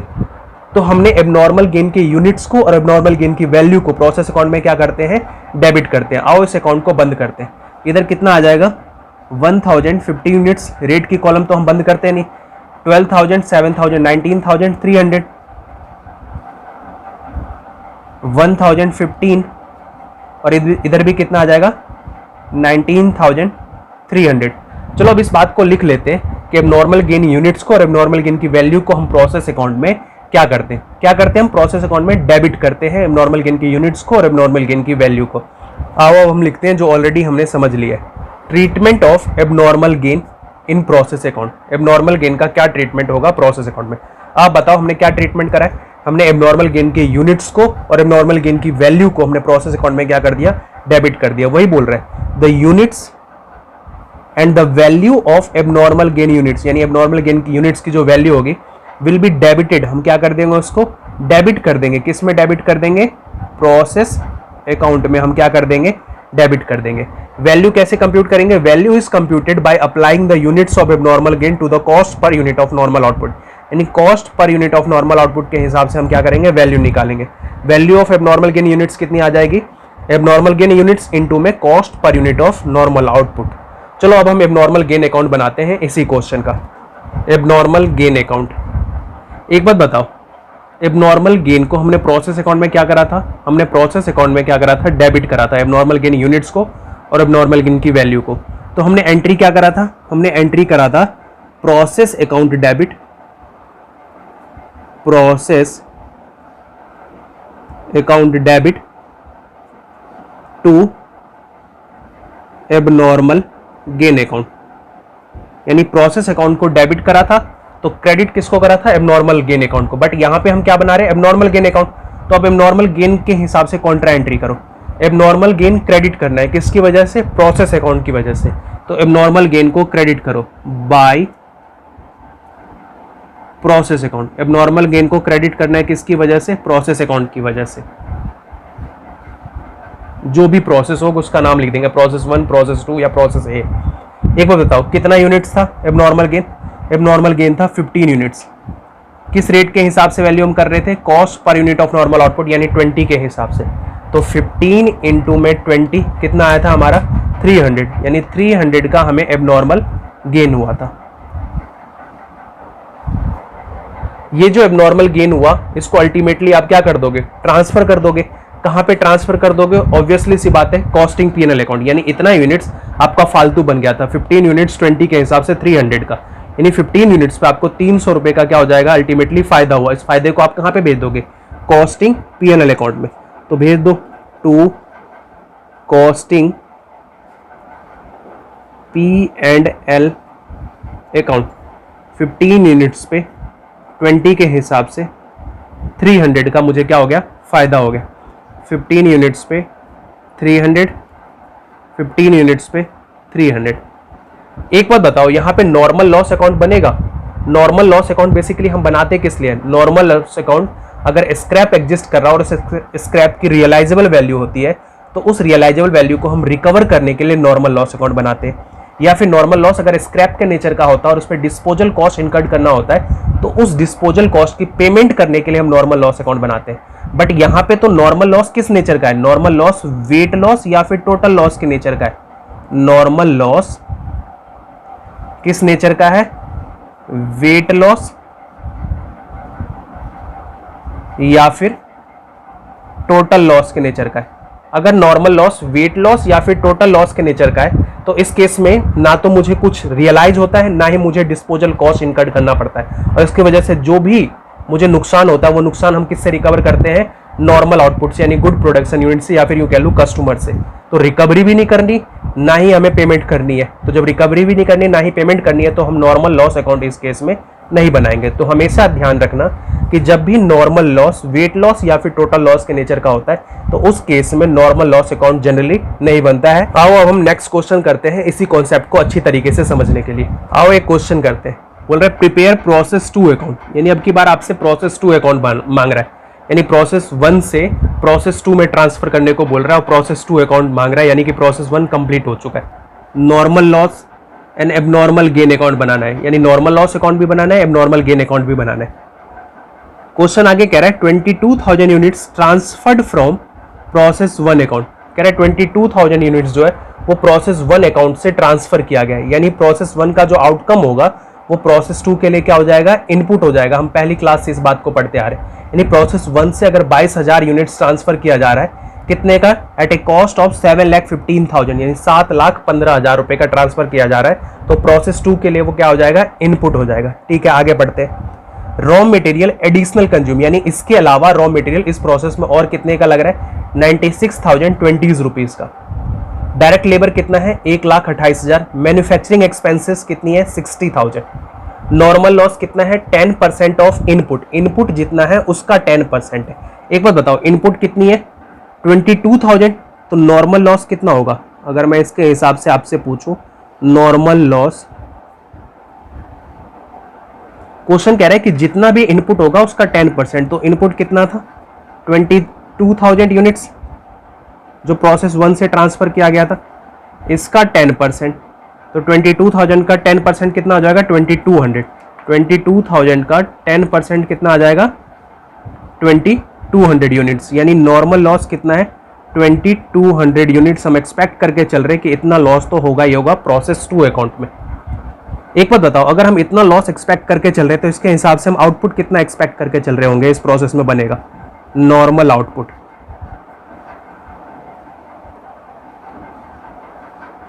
22,000 इनपुट्स हम दे रहे, उसमें से 2200 तो हम लॉस एक्सपेक्ट करके चल रहे, तो इसके हिसाब से 22,000 माइनस में 2200 यानी कि 19,800 का आउटपुट हम एक्सपेक्ट करके चल रहे होंगे। 19,800 यूनिट्स का हम आउटपुट एक्सपेक्ट करके चल रहे होंगे। आगे बढ़ो, क्वेश्चन कह रहा है कि scrap value of waste per unit, यानी स्क्रैप वैल्यू है, अब की बार कॉस्ट नहीं है, यानी ये जो नॉर्मल लॉस हुआ है इसकी स्क्रैप को हम क्या कर सकते हैं, मार्केट में रियलाइज कर सकते हैं, कितने रुपए के हिसाब से, 8.60 पर यूनिट के हिसाब से। यानी अब की बार नॉर्मल लॉस किस नेचर का है, नॉर्मल लॉस के स्क्रैप और इस स्क्रैप की रियलाइजेबल वैल्यू है, रियलाइजेबल वैल्यू या फिर डिस्पोजल वैल्यू, यानी इट कैन बी सोल्ड, इसको मार्केट में क्या करा जा सकता है, बेचा जा सकता है, डिस्पोजल वैल्यू है।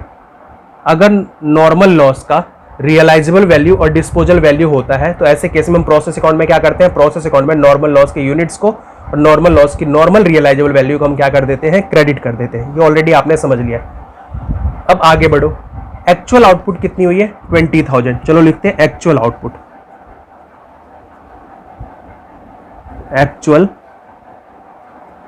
आउटपुट कितनी हुई है, 20,000। एक बात बताओ, हम आउटपुट कितना एक्सपेक्ट करके चल रहे थे, हम आउटपुट जो एक्सपेक्ट करके चल रहे थे वो कर रहे थे 19,800, लेकिन एक्चुअली में आउटपुट कितना हुआ है, 20,000 यूनिट्स, यानी कि कह सकता हूं मैं 200 यूनिट्स फालतू आउटपुट हुआ है। 200 यूनिट्स फालतू आउटपुट क्यों हुआ है, क्योंकि कहीं ना कहीं जितना हम लॉस एक्सपेक्ट कर रहे होंगे उससे 200 यूनिट्स का लॉस कम हुआ होगा। तो अगर एक्चुअल आउटपुट नॉर्मल आउटपुट से ज्यादा होता है तो ऐसे केस में हम डिफरेंस को क्या बोलते हैं, एबनॉर्मल गेन। कि भाई हम एक्सपेक्ट करके चल रहे थे 19,800 लेकिन बन गया 20,000, तो 200 यूनिट्स एक्स्ट्रा बन गया, उसी को हम क्या बोलते हैं, एबनॉर्मल गेन। तो एबनॉर्मल गेन कैसे निकालेंगे, एबनॉर्मल गेन इक्वल टू में 20,000 यूनिट्स माइनस में 19,800 यूनिट्स, यानी कि 200 यूनिट्स का क्या है हमारा एबनॉर्मल गेन। और इसकी हम वैल्यू किस पे करते हैं, cost per unit of normal output, यानी नॉर्मल आउटपुट की जो कॉस्ट पर यूनिट होगा उसके हिसाब से वैल्यू करेंगे। और इसको हम प्रोसेस अकाउंट में क्या करते हैं, प्रोसेस अकाउंट में हम इसको क्या कर देते हैं, डेबिट कर देते हैं। प्रोसेस अकाउंट में हम क्या कर देते हैं, डेबिट कर देते हैं। इसको आप वैसे भी याद कर सकते हो कि एबनॉर्मल गेन को हम क्या करते हैं, क्रेडिट करते हैं, तो डेबिट क्या हो रहा होगा, प्रोसेस अकाउंट, यानी प्रोसेस अकाउंट में हम क्या कर देंगे, डेबिट कर देंगे। या फिर आप बैलेंसिंग फिगर से भी समझ सकते हो कि क्रेडिट साइड ज्यादा होता है तो प्रोसेस अकाउंट में बैलेंस करने के लिए हमें डेबिट साइड में क्या लिखना पड़ता है, एबनॉर्मल गेन। तो एबनॉर्मल गेन को, यूनिट्स को, एबनॉर्मल गेन की वैल्यू को हम प्रोसेस अकाउंट में क्या कर देते हैं, डेबिट कर देते हैं। वैल्यू कैसे कंप्यूट करते हैं, on the basis of cost per unit of normal output. अभी हम निकालेंगे cost per unit of normal output. आओ सबसे पहले हम प्रोसेस अकाउंट को बनाते हैं। कौन सा अकाउंट बनाने को बोल रहा था, प्रोसेस 2 अकाउंट। प्रोसेस 1 अकाउंट से कितना इनपुट, कितना आउटपुट ट्रांसफर किया जा रहा था, प्रोसेस 1 अकाउंट से आउटपुट जो ट्रांसफर किया जा रहा था वो ट्रांसफर किया जाता है 22,000 यूनिट्स 7,15,000 का। तो प्रोसेस 1 का जो आउटकम है इसके लिए क्या हो जाएगा, इनपुट हो जाएगा। तो लिखो टू प्रोसेस 1 अकाउंट, या फिर आप लिख सकते हो टू प्रीवियस प्रोसेस अकाउंट। कितना यूनिट्स, 22,000 यूनिट्स। किस रेट से, रेट नहीं बता रखा था हमें, लेकिन हमें बता रहा था अमाउंट कितने का है, 7,15,000 का। तो चलो अब रेट तो हम निकाल सकते हैं कि अगर 7,15,000 कितने यूनिट्स की कीमत है, 22,000 यूनिट्स की, तो एक यूनिट की कीमत कितनी हो जाएगी, एक यूनिट की कीमत हो जाएगी 32.5, यानी 32.5 के हिसाब से ट्रांसफर किया गया होगा। इसके अलावा हम इस प्रोसेस में और रॉ मटेरियल कंज्यूम कर रहे हैं, वो कितना दिया हुआ था, 96,020 रुपये का, यानी 96,020 रुपये का। तो लिखो टू रॉ मटेरियल,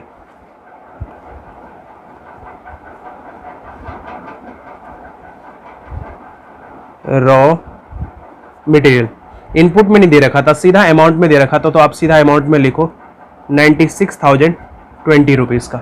इसके अलावा क्वेश्चन आपसे कह रहा था कि जो डायरेक्ट लेबर लग रहा है वो डायरेक्ट लेबर कितने का लग रहा है, 1,28,000 का। तो लिखो to direct labour, to direct labour 1,28,000 का। इसके अलावा क्वेश्चन आपसे कह रहा था कि इस पे जो मैन्युफैक्चरिंग एक्सपेंसेस लग रहा है वो मैन्युफैक्चरिंग एक्सपेंसेस कितने का लग रहा है, 60,000 का। मैन्युफैक्चरिंग एक्सपेंसेस कितने का दे रखा था आपको, 60,000 का। तो लिखो टू मैन्युफैक्चरिंग एक्सपेंसेस, यानी 60,000 हमें मैन्युफैक्चरिंग एक्सपेंसेस पे एक्सपेंसेस इनकर्ड हो रहा था। फिर क्वेश्चन क्या कहा था कि जो नॉर्मल लॉस है वो 10% ऑफ इनपुट है, और नॉर्मल लॉस 10% ऑफ इनपुट का मतलब कितना था, 2200 यूनिट हमने पिछले अभी कैलकुलेट करा है। अगर आपको देखना है तो आप ये देखो, नॉर्मल लॉस हमने कितना निकाला है, ये कॉपी उल्टा है कि उल्टा दिखाना पड़ रहा है। नॉर्मल लॉस हमने कितना निकाला है, 22,000 का 10% यानी 2200, आपको विजिबल होगा, आपने जहाँ पे नोट किया होगा वहाँ से देख लो। फिर हमने निकाला था 2200 यूनिट्स का नॉर्मल लॉस था, और इस नॉर्मल लॉस को एज ए स्क्रैप हम कितने रुपए में रियलाइज कर सकते थे, क्वेश्चन बोला था 8.60। अगर नॉर्मल लॉस स्क्रैप का नेचर का और इस स्क्रैप की रियलाइजेबल वैल्यू होती थी तो ऐसे केस में हम नॉर्मल लॉस के यूनिट्स को, नॉर्मल लॉस की रियलाइजेबल वैल्यू को हम क्या कर देते हैं, प्रोसेस अकाउंट में क्रेडिट कर देते। आओ क्रेडिट कर देते बाय नॉर्मल लॉस अकाउंट। कितना था, 2200 यूनिट्स कितने के हिसाब से रियलाइज हो जाएगा, 8.60 के हिसाब से। तो अगर 2200 यूनिट्स का नॉर्मल लॉस है और वो 8.6 के हिसाब से रियलाइज हो जाएगा, 18,920 रुपीस में इस स्क्रैप को क्या कर सकते हैं, रियलाइज कर सकते हैं। तो लिखो 18,920। अब एक बात बताओ, नेक्स्ट प्रोसेस तो बोल ही नहीं रहा, तो हम आउटपुट को कहाँ पे ट्रांसफर करेंगे, फिनिश गुड्स अकाउंट में। कितना ट्रांसफर करेंगे, फिनिश गुड्स अकाउंट में। कितना, एक्चुअल आउटपुट को। अगर आप एक्चुअल आउटपुट देखोगे तो एक्चुअल आउटपुट कितना था, 20,000 यूनिट्स। और एक्चुअल आउटपुट को किसके हिसाब से हम ट्रांसफर करते हैं, cost per unit of normal output. तो निकालो यहां पे cost per unit of normal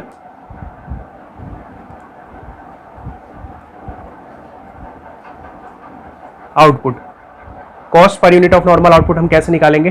total expenses. Total expenses को अगर आप देखोगे तो 7,15,000, 7,15,000, फिर 96,020 रुपये, 1,28,000, फिर 60,000, यानी टोटल एक्सपेंसेस जो हुआ है वो हुआ है 9,99,020 रुपये का। लेकिन 9,99,020 का कॉस्ट इनकर्ड तो हुआ, लेकिन एक्चुअली में 2200 यूनिट्स का normal loss as a scrap generate होगा और इस स्क्रैप को हम क्या कर देंगे? रियलाइज कर देंगे।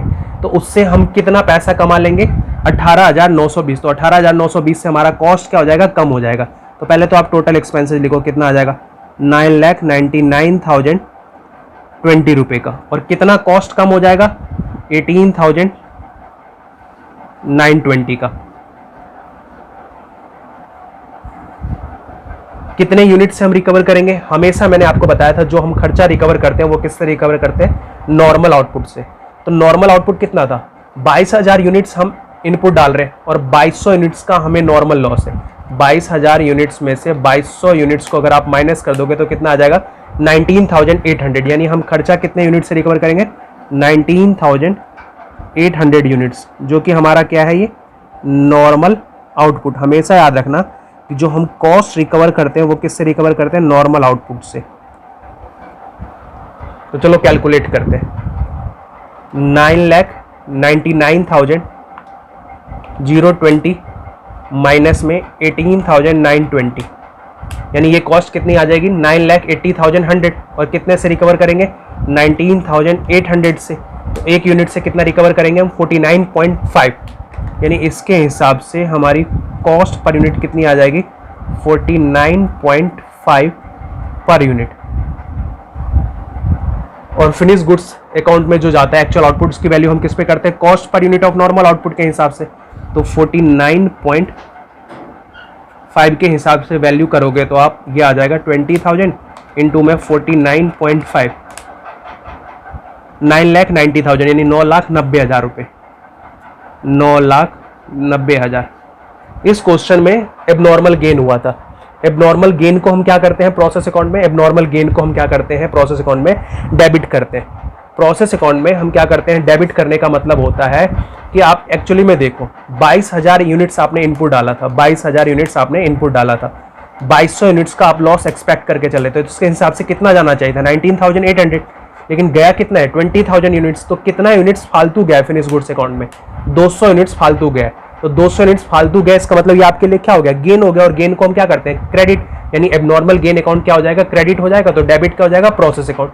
या फिर आप इधर देखो, इस साइड कितना है? 22,200 और इस साइड कितना है? 22,000। यानी इस साइड डेबिट साइड 200 यूनिट्स कम है। 200 यूनिट्स कम क्यों है? Because of abnormal gain.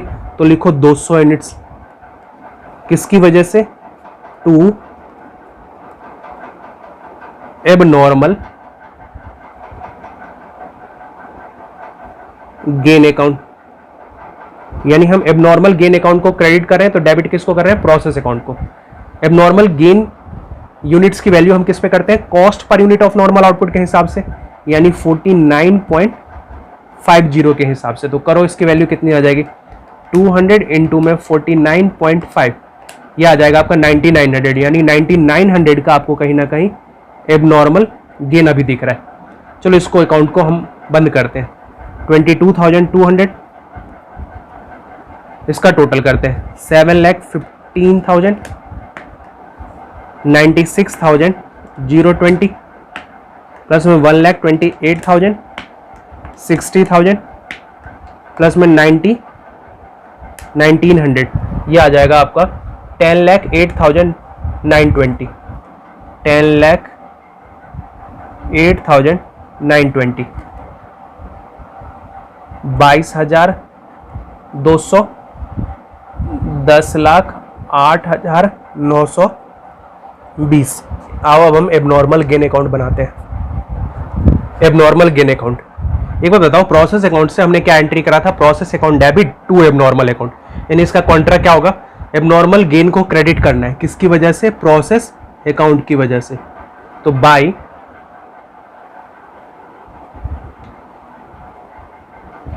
Process account. कितना यूनिट एबनॉर्मल गेन हुआ था? ये कौन सा अकाउंट? प्रोसेस टू अकाउंट लिखो। कितना यूनिट एबनॉर्मल गेन था? 200 यूनिट्स। किस रेट से हम वैल्यू कर रहे थे? Cost per unit of normal output. जाके देख क्या हो कितना था? 49.50। तो इसके हिसाब से कितना आ जाएगा? 200 को अगर 49 रुपये 50 पैसे से मल्टीप्लाई करोगे तो ये आ जाएगा 9,900 रुपये, यानी 9,900 रुपये। यानी 200 यूनिट्स पे आपको 49.5 के हिसाब से 9,900 का फायदा हो गया। आप इस प्रॉफिट को कहां पे ट्रांसफर कर दोगे? कॉस्टिंग P&L अकाउंट में, टू कॉस्टिंग P&L अकाउंट की भाई 200 यूनिट्स पे 49.5 के हिसाब से 9,900 का फायदा हो गया मुझे, और फायदे को हम कहां पे ट्रांसफर कर देते हैं? कॉस्टिंग P&L अकाउंट पे। तो 249.5 के हिसाब से 9,900 का। चलो अकाउंट को बंद करते हैं। 200 9,900 200 9,900। एक बात बताओ, ये आपको सही लगता है कि इतने का एक्चुअली में मुझे एबनॉर्मल गेन हुआ है? सोचो, नहीं, एक्चुअली में ये गलत है। क्यों गलत है मैं आपको समझाता हूं। एक बात बताओ, आप क्या कह रहे हो? आप ये कह रहे हो कि 200 यूनिट्स का मुझे एबनॉर्मल गेन हुआ है, यही कह रहे हो ना कि 200 यूनिट्स का मुझे एबनॉर्मल गेन हुआ है, और इस एबनॉर्मल गेन पे हम 49.5 के हिसाब से ₹9,900 का बेनिफिट कमाएंगे। एक बात बताओ, अगर ये एबनॉर्मल गेन हमें 200 यूनिट्स का हुआ है, इसकी वजह से क्या हुआ होगा? इसकी वजह से जितना हम लॉस एक्सपेक्ट करके चल रहे थे उससे 200 यूनिट्स का लॉस कम हुआ होगा। यानी अगर मुझे एबनॉर्मल गेन हो रहा है 200 यूनिट्स का, तो जितना हम लॉस एक्सपेक्ट करके चल रहे थे उससे 200 यूनिट्स का लॉस कम हुआ होगा। यानी कहीं ना कहीं नॉर्मल लॉस 200 यूनिट्स कम हुआ होगा इस एबनॉर्मल गेन की वजह से। अगर ये एबनॉर्मल गेन नहीं भी होता तो एक बात बताओ, ये 200 यूनिट्स का नॉर्मल लॉस होता, और अब की बार नॉर्मल लॉस किस नेचर का है? स्क्रैप का नेचर का, और इस स्क्रैप की रियलाइजेबल वैल्यू है कितने के हिसाब से? 8.60 के हिसाब से। तो अगर ये एबनॉर्मल गेन नहीं भी होता तो ये 200 यूनिट्स का मेरे पास नॉर्मल लॉस होता, और इस नॉर्मल लॉस को एज ए स्क्रैप में क्या कर सकता था? रियलाइज कर सकता था। कितने के हिसाब से? 8.60 के हिसाब से। यानी 200 इंटू में 8.60 यानी कि 1720 रुपए। यानी अगर ये एबनॉर्मल गेन नहीं भी होता तो मैं 1720 रुपए फिर भी कमा लेता। इस एबनॉर्मल गेन की वजह से कहीं ना कहीं 200 यूनिट्स का नॉर्मल लॉस मेरा नहीं हुआ होगा। अगर नॉर्मल लॉस 200 यूनिट्स का नहीं हुआ होगा तो 200 यूनिट्स का स्क्रैप भी नहीं बचा होगा, और उस स्क्रैप को मैं मार्केट में रियलाइज 8.60 के हिसाब से नहीं कर पाऊंगा। तो मैं 1720 रुपए कहीं ना कहीं क्या कर रहा हूं? लूज कर रहा हूं इस 9,900 की वजह से। तो मैं ये नहीं कहूंगा कि एक्चुअली में मुझे 9,900 का एबनॉर्मल गेन हुआ है। एबनॉर्मल गेन को अगर आप गौर से सोचोगे तो आप क्या कहोगे? इस 9,900 को रिसीव करने के लिए कहीं ना कहीं मैंने 1720 रुपए क्या कर दिया? लूज कर दिया। अगर ये 9,900 नहीं भी होता फिर भी ये 200 यूनिट्स एज ए स्क्रैप में रियलाइज कर सकता था और उससे 1720 रुपए कमा सकता था। यानी इस 9,900 की वजह से 1720 रुपए मैंने क्या कर दिया? लूज कर दिया। तो अल्टीमेटली मेरे को जो नेट एबनॉर्मल गेन हुआ है वो कितने का हुआ है? 9,900 का नहीं हुआ है। 9,900 में से 720 रुपीज को माइनस करो, यानी कि कितने का हुआ है? 8,180 रुपीज का। तो अगर आप नेट एबनॉर्मल गेन मुझसे पूछोगे ना कि नेट मुझे कितना फायदा हुआ है एबनॉर्मल गेन, तो नेट एबनॉर्मल गेन कितना हुआ है? 8,180 रुपीज का। 8,180 रुपए का। दोबारा समझो, आप ये कह रहे हो कि 200 यूनिट्स पे 49.5 के हिसाब से मुझे 9,900 का फायदा हुआ, यानी 9900 का। इस 9900 को सीधा फायदे को कॉस्टिंग P&L अकाउंट में ट्रांसफर कर दो। एक बात समझाओ मुझे, ये 200 यूनिट्स का एबनॉर्मल गेन हुआ, मैं भी मानता हूं, और कितने पे हुआ? कितने उस पे वैल्यू हुई? 9,900 का। लेकिन इस 200 यूनिट्स के एबनॉर्मल गेन की वजह से कहीं ना कहीं मेरा नॉर्मल लॉस 200 यूनिट्स क्या हो गया होगा? कम हो गया होगा।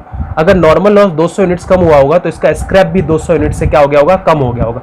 अगर ये एबनॉर्मल गेन नहीं भी होता तो नॉर्मल लॉस होता, और उस नॉर्मल लॉस को एज ए स्क्रैप में क्या कर सकता था? रियलाइज कर सकता था। यानी it can be sold at the rate of 8.60। तो उसके हिसाब से मैं कितना कमा सकता था? 1720 रुपए। तो मैं ये नहीं कहूंगा कि 200 यूनिट्स पे मुझे 9,900 का एबनॉर्मल गेन यानी अनएक्सपेक्टेड गेन हुआ है। मैं ये कहूंगा कि हाँ, 9,900 का मुझे गेन हुआ, लेकिन इस 9,900 के गेन को रिसीव करने के लिए कहीं ना कहीं मैंने 1720 रुपए का स्क्रैप क्या कर दिया? लूज कर दिया, यानी मैं अल्टीमेटली नेट एबनॉर्मल गेन या नेट अनएक्सपेक्टेड गेन कितना हो रहा है 8,180 रुपए। तो इसका मतलब ये अकाउंट कहीं ना कहीं गलत है। तो सही अकाउंट कैसे बनाएंगे, आओ इस बात को समझते हैं। चलो बनाते हैं हम एबनॉर्मल गेन अकाउंट दोबारा से। लिखो यहां पे हेडिंग डालो एबनॉर्मल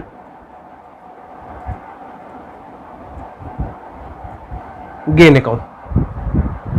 पहले प्रोसेस अकाउंट से कॉन्ट्रा एंट्री मारो, बाय प्रोसेस अकाउंट। कौन सा प्रोसेस था, प्रोसेस 2 अकाउंट। कितने यूनिट्स, 200 यूनिट्स पे 49.5 के हिसाब से कितना 9900 का। मैं क्या कहूंगा कि 200 यूनिट्स पे 49.5 के हिसाब से 9900 का कहीं ना कहीं मेरे को एबनॉर्मल गेन हुआ, लेकिन इस एबनॉर्मल गेन की वजह से 200 यूनिट्स मेरा नॉर्मल लॉस कम हो गया होगा, यानी 200 यूनिट्स का स्क्रैप कम हो गया होगा। वो स्क्रैप मैं कितने रुपए के हिसाब से रियलाइज कर सकता था, 8.60 पर यूनिट के हिसाब से रियलाइज करके 1720 रुपए कमा सकता था। यानी कहीं ना कहीं इस एबनॉर्मल गेन की वजह से मैं इस 1720 रुपए को क्या कर रहा हूं, लूज कर रहा हूं। तो मैं ये नहीं कहूंगा कि मेरा नेट एबनॉर्मल गेन 9900 का हुआ है, मैं कहूंगा कि 9900 में से 1720 रुपए मैंने लूज करा, यानी नेट एबनॉर्मल गेन कितने का हुआ मुझे 8180। यानी एबनॉर्मल गेन को क्या करना पड़ेगा, 9900 को कम करना पड़ेगा। गेन को कम करने के लिए क्या करना पड़ेगा, डेबिट करना पड़ेगा। किसकी वजह से, नॉर्मल लॉस की वजह से, टू नॉर्मल लॉस अकाउंट। कितना भाई, अगर नहीं भी होता तो 200 यूनिट्स का स्क्रैप होता, और उस 200 यूनिट्स के स्क्रैप में मैं कितना कमा सकता था, 1720 रुपए तो कमा ही सकता था। 200 यूनिट्स के स्क्रैप पे मैं 8.60 के हिसाब से 1720 रुपए तो कमा ही सकता था। पक्का ना। चलो अब कॉस्टिंग P&L अकाउंट पे ट्रांसफर करते हैं 200 यूनिट्स पे 8.60 के हिसाब से। तो मेरे को नेट एबनॉर्मल गेन कितना हुआ, 9900 में से 1720 रुपए अगर मैं माइनस कर दूंगा तो नेट एबनॉर्मल गेन हुआ है 8180 का। और नेट एबनॉर्मल गेन को कहां ट्रांसफर कर देते हैं हम, कॉस्टिंग P&L अकाउंट में। तो टू कॉस्टिंग P&L अकाउंट कैसे निकालेंगे, बैलेंसिंग फिगर कितना है 8180 रुपीज। ये सही अकाउंट बनेगा। आओ इस अकाउंट को हम बंद करते हैं। 200 यूनिट्स 9900, 200 यूनिट्स 9900। अब आपके दिमाग में ये आ रहा होगा कि उस टाइम क्यों नहीं करा जब नॉर्मल लॉस, वेट लॉस या फिर टोटल लॉस के नेचर का है। एक बार बताओ, नॉर्मल लॉस, वेट लॉस या टोटल लॉस के नेचर का मतलब था कि वहां नॉर्मल लॉस अगर स्क्रैप की तरह एग्जिस्ट ही नहीं कर रहा था, जिसको मैं मार्केट में रियलाइज कर ही नहीं सकता था, यानी वहां पे नॉर्मल लॉस मेरा टोटल लॉस था। तो मैं ऐसे बोल सकता था कि यार इतना फायदा हुआ एबनॉर्मल गेन, लेकिन कहीं ना कहीं अगर ये फायदा नहीं भी होता तो इतने यूनिट्स को बेच करके मैं इतना कमा सकता था। नहीं, वहां पे मैं कुछ भी नहीं कमा सकता था, यानी वहां पे नॉर्मल लॉस टोटल लॉस के नेचर का था। तो मुझे जो भी फायदा हो रहा था वो मेरा एबनॉर्मल गेन था, और उस फायदे को मैं सीधा क्या कर देता था, ट्रांसफर कर देता था कॉस्टिंग P&L अकाउंट में। दोबारा समझो, अगर नॉर्मल लॉस, वेट लॉस या फिर टोटल लॉस के नेचर का था, इसका मतलब है कि नॉर्मल लॉस मेरा टोटलिटी लॉस था, यानी उससे मैं एक भी रुपए रियलाइज नहीं कर सकता था।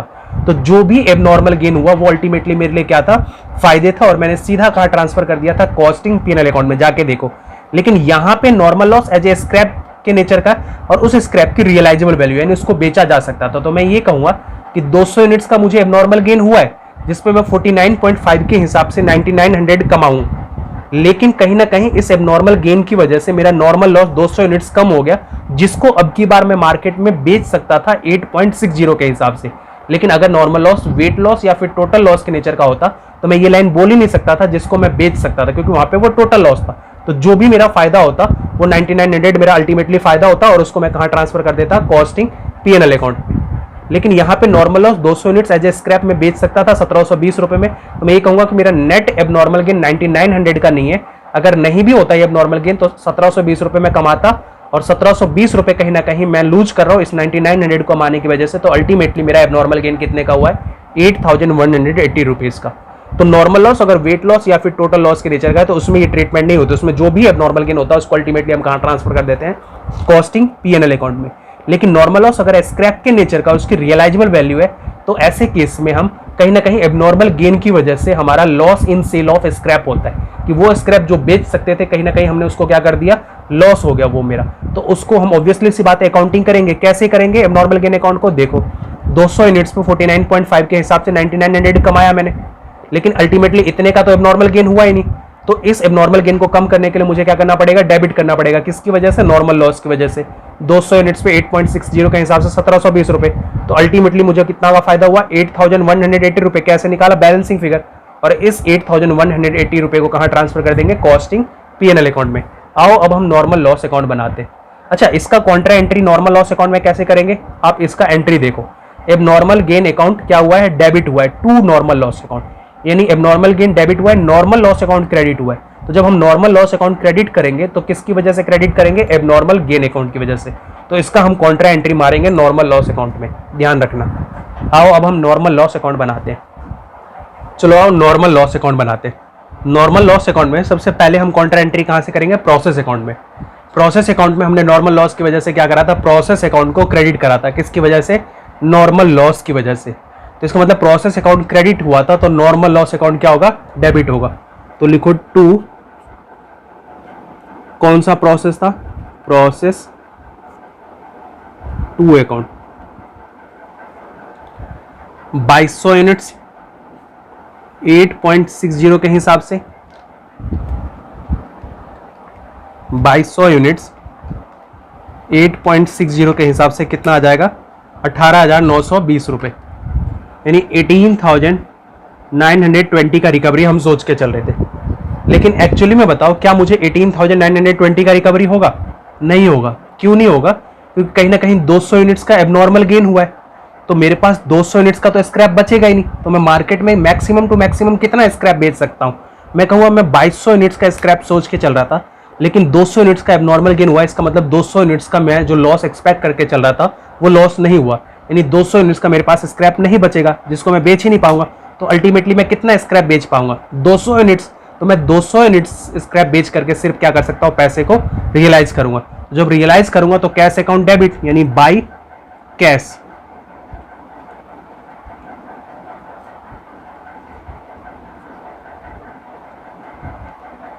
अमाउंट रियलाइज्ड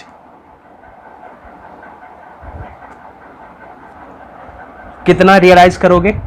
2000 यूनिट्स पे 8.60 के हिसाब से कितने रुपए?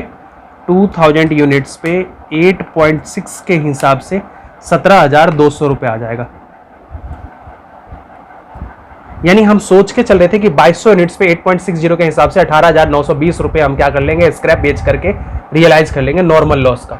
लेकिन एक्चुअली में 200 यूनिट्स का नॉर्मल गेन हो गया, जिसकी वजह से मेरा स्क्रैप कम हो गया। अब मैं मार्केट में कितना बेच पाऊंगा? सिर्फ 200 यूनिट्स।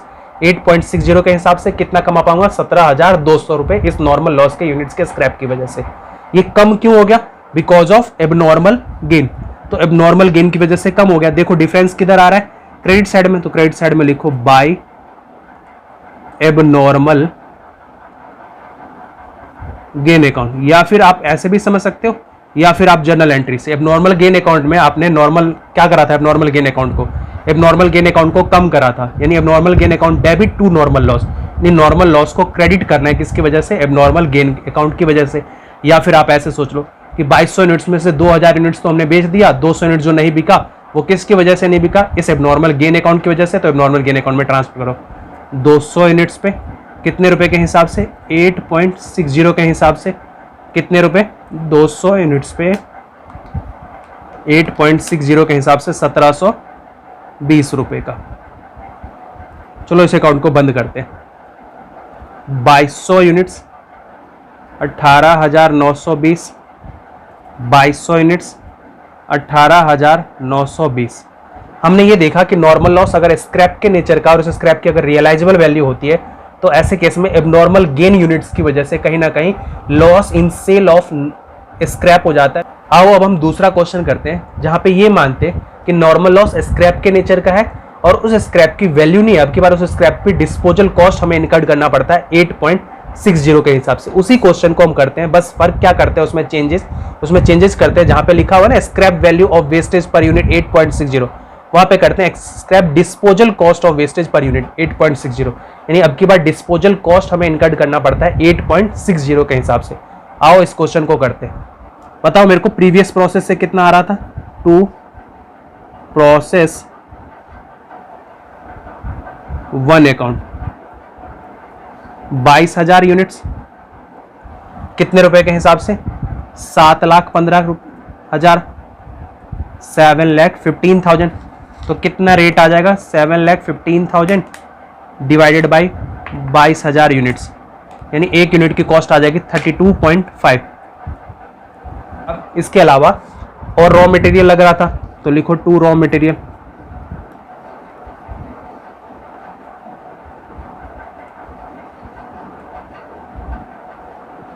इसके अलावा और कितना रॉ मटेरियल लग रहा था, इसके अलावा जो रॉ मटेरियल लग रहा था वो लग रहा था 96,020 रुपए का, तो लिखो 96,020। फिर इसके अलावा डायरेक्ट लेबर लग रहा था, तो to direct labour,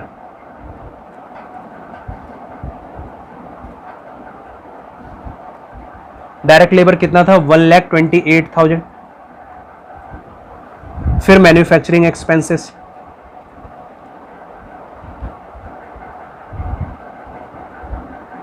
manufacturing expenses, manufacturing expenses कितना दे रखा था आपको, मैन्युफैक्चरिंग एक्सपेंसेस दे रहा था 60,000। Normal loss, normal loss units कितना था, जितना इनपुट था उसका 10%, यानी 22,000 का 10%, यानी 2200 यूनिट्स, 22,000 का 10%, यानी 2200 यूनिट्स। लेकिन अब की बार इस नॉर्मल लॉस पे मुझे डिस्पोजल कॉस्ट इनकर्ड करना पड़ता है। तो एक मैं बताऊं, अगर नॉर्मल लॉस स्क्रैप के नेचर का होता था और उस स्क्रैप पे मुझे डिस्पोजल कॉस्ट इनकर्ड करना होता था, तो हम प्रोसेस अकाउंट में क्या ट्रीटमेंट करते थे, प्रोसेस अकाउंट में नॉर्मल लॉस के यूनिट्स को क्या कर देते थे, क्रेडिट कर देते थे by normal loss account. Units को सिर्फ क्या कर दो, क्रेडिट कर दो, कितना यूनिट्स, 2200 यूनिट्स। और इस स्क्रैप पे मुझे जो डिस्पोजल कॉस्ट इनकर्ड करना पड़ता था, उस डिस्पोजल कॉस्ट को प्रोसेस अकाउंट में क्या कर देते थे, डेबिट कर देते थे टू वेस्ट डिस्पोजल अकाउंट, या फिर नॉर्मल लॉस अकाउंट, कुछ भी लिख सकते हो, वेस्ट डिस्पोजल अकाउंट। कितने रुपए, एक बात बताओ, 2200 यूनिट्स, इस पे 8.60 के हिसाब से मुझे डिस्पोजल कॉस्ट इनकर्ड करना पड़ेगा, 2200 यूनिट्स पे 8.6 के हिसाब से, यानी 18,920 रुपए मुझे एक्स्ट्रा कॉस्ट इनकर्ड करनी पड़ेगी, 18,920। एक्चुअल आउटपुट कितना बना है जो फिनिश गुड्स अकाउंट में जाएगा, बाय फिनिश गुड्स अकाउंट में 20,000 यूनिट्स। एक बात बताओ, 22,000 यूनिट्स हमने इनपुट डाला, 2200 यूनिट्स का हमें लॉस एक्सपेक्ट करके चल रहे थे, यानी कि हम नॉर्मल आउटपुट कितना एक्सपेक्ट कर रहे थे, 19,800, लेकिन एक्चुअल में आउटपुट कितना बना है, 20,000, यानी 200 यूनिट ज्यादा। तो 200 यूनिट्स का क्या हो गया, एबनॉर्मल गेन। एबनॉर्मल गेन को हम प्रोसेस अकाउंट में क्या करते हैं, डेबिट करते हैं। तो इधर लिखो टू एबनॉर्मल गेन अकाउंट। इसकी वैल्यू कितने यूनिट्स, 200 यूनिट्स। इसकी वैल्यू हम किस पे करते हैं, cost per unit of normal output, और इसकी वैल्यू भी हम कैसे करते हैं, cost per unit of normal output. तो निकालते हैं हम cost per unit of normal output, cost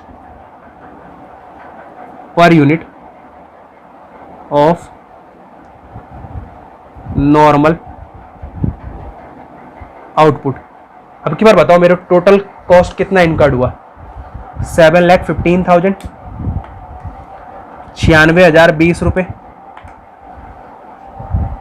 1,28,000,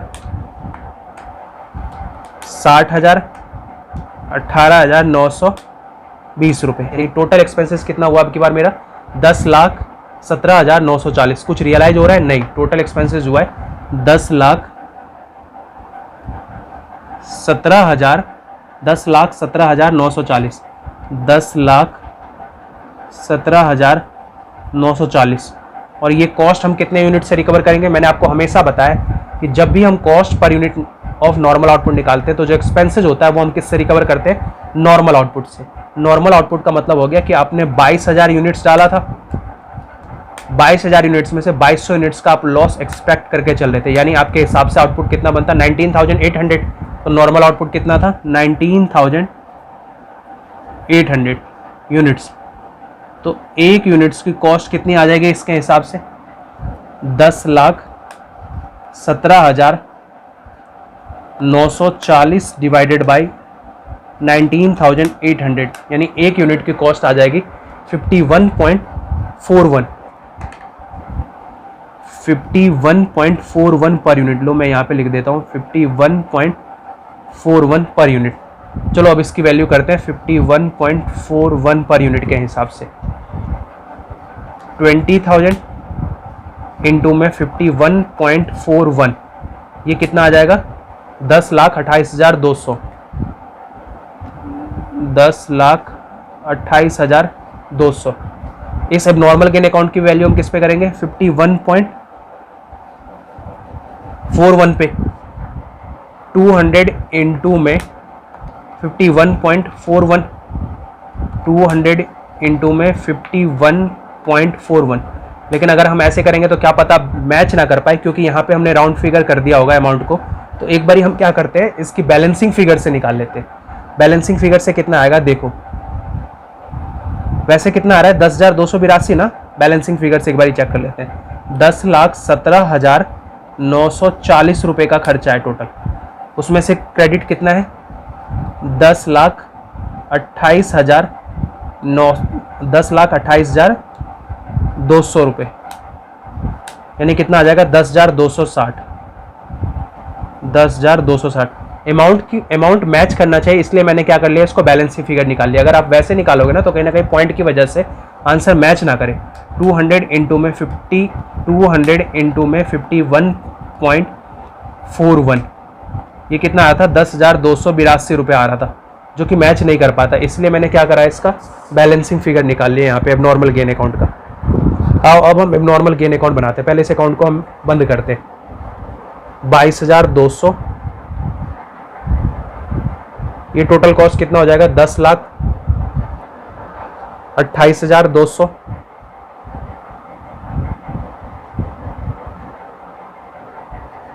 22,200, 10,28,200। आओ अब हम एबनॉर्मल गेन अकाउंट बनाते हैं इस केस में। चलो आओ अब हम एबनॉर्मल गेन अकाउंट बनाते हैं। क्या करा था आपने? Entry process account debit to abnormal gain, यानी बाय प्रोसेस टू अकाउंट। कितना एबनॉर्मल गेन यूनिट्स था? 200 यूनिट्स। किस रेट के हिसाब से? 51.411 था, है ना। तो इसके हिसाब से हमने करा था, तो 200 इंटू में 51.41 के हिसाब से 10,282 आता था। लेकिन हमने 10,282 नहीं लिया था। क्यों नहीं लिया था? क्योंकि हमने जो एक्चुअल आउटपुट था उसकी वैल्यू, सारी की वैल्यू हमने किस पे कर दी थी? 51.41 के हिसाब से, जिसकी वजह से पॉइंट में लेने की वजह से कहीं ना कहीं क्रेडिट साइड ज़्यादा आ गया था। तो मैंने ये कहा था कि आपको इस तरीके से कैलकुलेट मत करो, आप क्या कर लो, बैलेंसिंग फिगर ले लो, ताकि दोनों साइड मैच कर जाए। तो हमने जो बैलेंसिंग फिगर लिया था, तो जाके चेक करो कितना आया था? 10,282 नहीं आया था, कितना आया था? 10,260। तो 10,260 ही हम ले रहे। अब एक बात बताओ, अब ध्यान से सोचो, क्या हमारा सिर्फ 10,260 का एबनॉर्मल गेन हुआ है? नहीं। इस केस में सोचो, इस केस में एबनॉर्मल गेन यूनिट्स के होने की वजह से कहीं ना कहीं मेरा नॉर्मल लॉस यूनिट्स क्या हो गया होगा? कम हो गया होगा। यानी 200 यूनिट्स का अब स्क्रैप मेरे पास नहीं बचा होगा, और अगर स्क्रैप नहीं बचा होगा तो उस पर मुझे डिस्पोजल कॉस्ट भी कहीं ना कहीं इनकर्ड नहीं करनी पड़ी होगी। अब की बार डिस्पोजल कॉस्ट इनकर्ड करनी पड़ी थी। दूसरे वाले जो केस था, इससे पहला वाला जो केस था, उसमें हमें कहीं ना कहीं रियलाइजेबल वैल्यू मिलती थी, तो हम बोलते थे कि इस एबनॉर्मल गेन की वजह से कहीं ना कहीं loss in sale of scrap होता था। लेकिन अब की बार इस एबनॉर्मल गेन यूनिट्स की वजह से हमारा नॉर्मल लॉस 200 यूनिट से कम हो गया होगा, यानी नॉर्मल लॉस 200 यूनिट्स का स्क्रैप मेरे पास नहीं बचा होगा, जिस पे मुझे डिस्पोजल कॉस्ट 8.60 के हिसाब से इनकर्ड नहीं करनी पड़ी होगी। तो 200 यूनिट्स पे 8.60 के हिसाब से अगर इनकर्ड नहीं करनी पड़ी होगी, तो मैं क्या कर सकता हूँ कि 1,720 रुपये का कहीं ना कहीं मैंने कॉस्ट और क्या कर लिया, सेव कर लिया, because of abnormal gain units. समझो दोबारा से, अगर ये एबनॉर्मल गेन यूनिट्स 200 यूनिट्स का नहीं होता तो मेरा नॉर्मल लॉस यूनिट 200 यूनिट से इंक्रीज होता और उस 200 यूनिट्स के स्क्रैप पे, अब की बार स्क्रैप का नेचर था, उस स्क्रैप पे मुझे डिस्पोजल कॉस्ट इनकर्ड करना पड़ता 8.60 के हिसाब से। तो 200 इंटू में 8.6 यानी 1720 रुपए का मुझे और कॉस्ट इनकर्ड करना पड़ता। लेकिन बिकॉज ऑफ एबनॉर्मल गेन, इस एबनॉर्मल गेन यूनिट्स की वजह से मेरा नॉर्मल लॉस यूनिट्स 200 यूनिट से कम हो गया। अब मुझे डिस्पोजल कॉस्ट इनकर्ड नहीं करना पड़ेगा। तो मैं अल्टीमेटली क्या कहूंगा, अल्टीमेटली ये कहूंगा कि इस एबनॉर्मल गेन यूनिट्स की वजह से कहीं ना कहीं मुझे 10,260 का एबनॉर्मल गेन हुआ, साथ ही साथ 1720 रुपए का डिस्पोजल कॉस्ट में क्या आ गई, सेविंग हो गई। तो अल्टीमेटली मेरा 10,260 का ही गेन नहीं हुआ, 10,260 प्लस में 1720 रुपए वो कॉस्ट जो मैंने सेव करी है। तो अल्टीमेटली मेरा गेन कितने का हुआ, 11,980 रुपए का एबनॉर्मल गेन हुआ। तो एबनॉर्मल गेन को क्या करना है, बढ़ाना है। एबनॉर्मल गेन को बढ़ाने के लिए हमें क्या करना पड़ेगा, एबनॉर्मल गेन को क्रेडिट करना पड़ेगा। किसकी वजह से, नॉर्मल लॉस की वजह से। तो बाय नॉर्मल लॉस अकाउंट। उस केस में स्क्रैप की रियलाइजेबल वैल्यू थी, तो हम बोलते थे यार एबनॉर्मल गेन यूनिट्स की वजह से कहीं ना कहीं मैंने क्या कर दिया, सेल ऑफ स्क्रैप में हमारी क्या आ गई, कमी आ गई। तो हम एबनॉर्मल गेन को क्या करते थे, कम करते थे, तो लिखते थे टू नॉर्मल लॉस। लेकिन अब की बार एबनॉर्मल गेन की वजह से कहीं ना कहीं डिस्पोजल कॉस्ट मुझे इनकर्ड नहीं करनी पड़ेगी 200 यूनिट्स पे, यानी 1760 रुपए का। तो अल्टीमेटली 1760 रुपए मेरा और फायदा हो गया। कितने का, 1760। कैसे, 200 इंटू में 8.60 के हिसाब से 1760 रुपए का क्या हो गया, फायदा हो गया। तो टोटल कितने का फायदा हो गया, टोटल फायदा हो गया, देखो 200 इंटू में 8.6 एक बार कर लेते हैं तो 1720 आएगा, ये सॉरी 1720।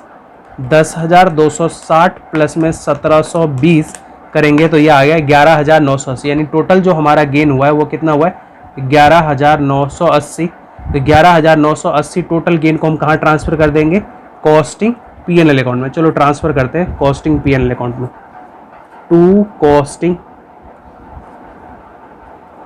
P&L अकाउंट 200 यूनिट्स पे 11,980 का।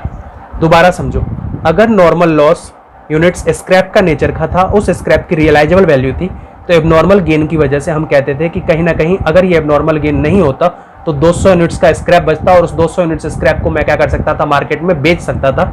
इस 200 यूनिट्स एबनॉर्मल गेन की वजह से वो स्क्रैप जनरेट नहीं हुआ और उस स्क्रैप को मैं बेच नहीं पाया। तो कहीं ना कहीं इस एबनॉर्मल गेन ने मेरे नॉर्मल लॉस की जो रियलाइजेबल वैल्यू थी उसको क्या कर दिया, कम कर दिया। तो मैं बोलता था अल्टीमेटली मेरा इतना गेन नहीं हुआ, उस गेन को क्या करो, कम करो। इसलिए मैं इधर करता था टू नॉर्मल लॉस अकाउंट। लेकिन अब की बार नॉर्मल लॉस स्क्रैप का नेचर का और इस स्क्रैप पे डिस्पोजल कॉस्ट इनकर्ड करनी पड़ती है। तो इस एबनॉर्मल गेन की वजह से कहीं ना कहीं नॉर्मल लॉस 200 यूनिट से कम हो गया, यानी 200 यूनिट्स का स्क्रैप कम बचा। तो स्क्रैप की कम बचने की वजह से 200 यूनिट्स पे मुझे 8.60 के हिसाब से जो डिस्पोजल कॉस्ट इनकर्ड करनी पड़ती, वो कॉस्ट में कहीं ना कहीं क्या हो गई, सेविंग हो गई। सेविंग हुई तो मैं अल्टीमेटली क्या कहूंगा, 10,260 की गेन नहीं हुई है। इस नॉर्मल गेन की वजह से 1720 रुपए का जो कॉस्ट जाता वो कॉस्ट भी अब नहीं जाएगा। तो अल्टीमेटली मेरा गेन कितने का हुआ, 11,980। 11,980 को हम कहाँ ट्रांसफर कर देंगे, कॉस्टिंग पीएनएल अकाउंट को। कॉन्सेप्ट को मिक्स मत करना। आओ अब नॉर्मल लॉस अकाउंट बनाते हैं। नॉर्मल लॉस अकाउंट में अगर नॉर्मल लॉस स्क्रैप का नेचर था और उस स्क्रैप की डिस्पोजल कॉस्ट थी, तो हमने प्रोसेस अकाउंट में क्या करा था, प्रोसेस अकाउंट को डेबिट करा था टू नॉर्मल लॉस अकाउंट। तो नॉर्मल लॉस अकाउंट को क्या करो, क्रेडिट करो बाय प्रोसेस टू अकाउंट। हम सिर्फ कॉन्ट्रा एंट्री मार रहे हैं। कितना था नॉर्मल लॉस, 2200 यूनिट्स। कितने रुपए के हिसाब से, 2200 यूनिट्स इंटू में 8.60 यानी 18,920 रुपए का। 8.60 यानी 18,920 रुपए मुझे डिस्पोजल कॉस्ट क्या करनी पड़ेगी, अब पे करनी पड़ेगी। ये है क्या, डिस्पोजल कॉस्ट। लेकिन अल्टीमेटली 2200 यूनिट्स का तो स्क्रैप बचा ही नहीं। क्यों नहीं बचा 2200 यूनिट्स का, क्योंकि 200 यूनिट्स का एबनॉर्मल गेन हुआ था। चलो पे करते, टू कैश अकाउंट। कितने पे करना पड़ेगा मेरे को, 2000 यूनिट्स पे 8.60 के हिसाब से, 2000 यूनिट्स पे 8.60 के हिसाब से 17,200 रुपए का। इस 200 यूनिट्स पे क्यों नहीं पे करना पड़ा, बिकॉज ऑफ एबनॉर्मल गेन। तो चलो एबनॉर्मल गेन अकाउंट में ट्रांसफर करो, या फिर यूं कह लो कि इसका कॉन्ट्रा एंट्री मारो कि एबनॉर्मल गेन क्रेडिट हुआ है किसकी वजह से, नॉर्मल लॉस अकाउंट की वजह से। यानी नॉर्मल लॉस अकाउंट को डेबिट करना है किसकी वजह से, एबनॉर्मल गेन अकाउंट की वजह से। 200 यूनिट्स पे 8.60 के हिसाब से 1720 रुपये। अकाउंट बंद करो। 200, 18,920, 2200, 18,920। तो आपने ये देखा कि नॉर्मल लॉस अगर स्क्रैप का नेचर का और उस स्क्रैप की रियलाइजेबल वैल्यू है, एबनॉर्मल गेन अकाउंट कैसे बनता है।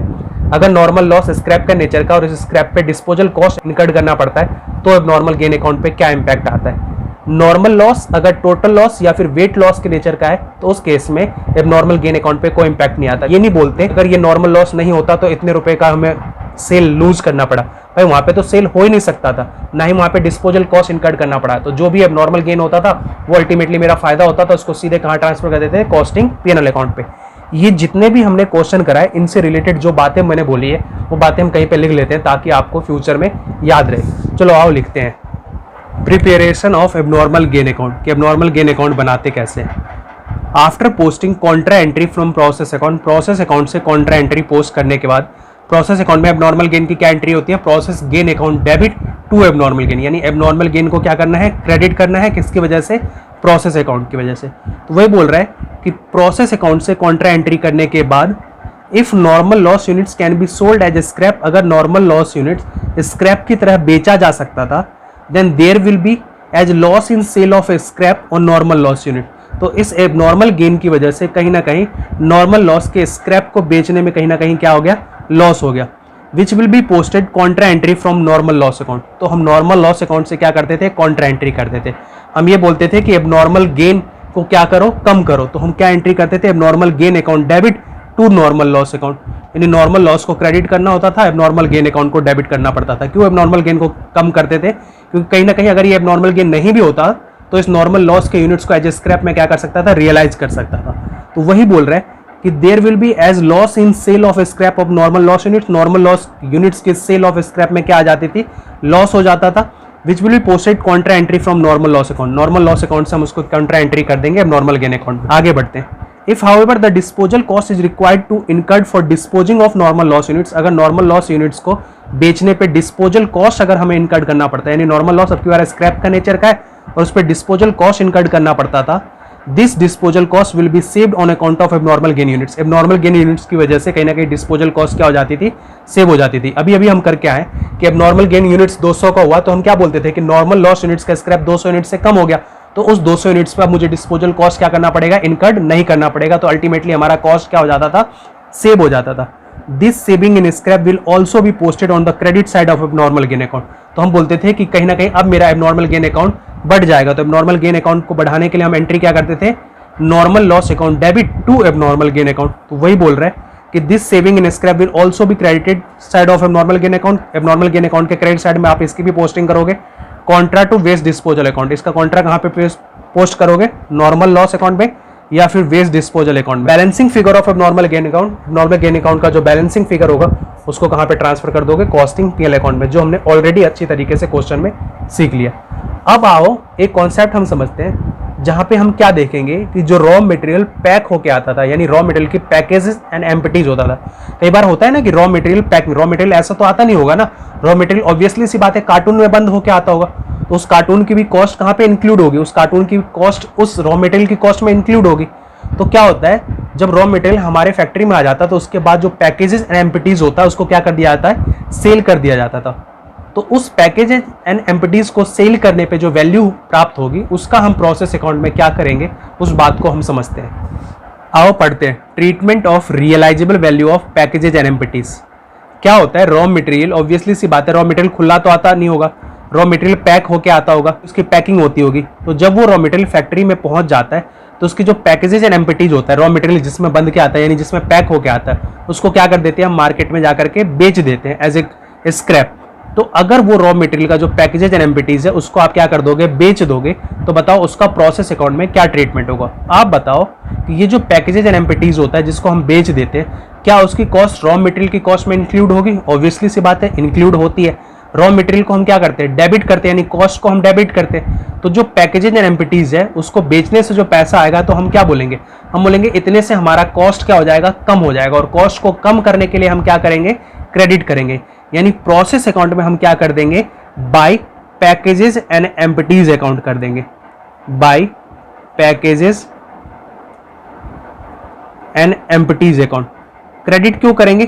क्योंकि हम बोलेंगे इतने से हमारा कॉस्ट क्या हो जाएगा, कम हो जाएगा।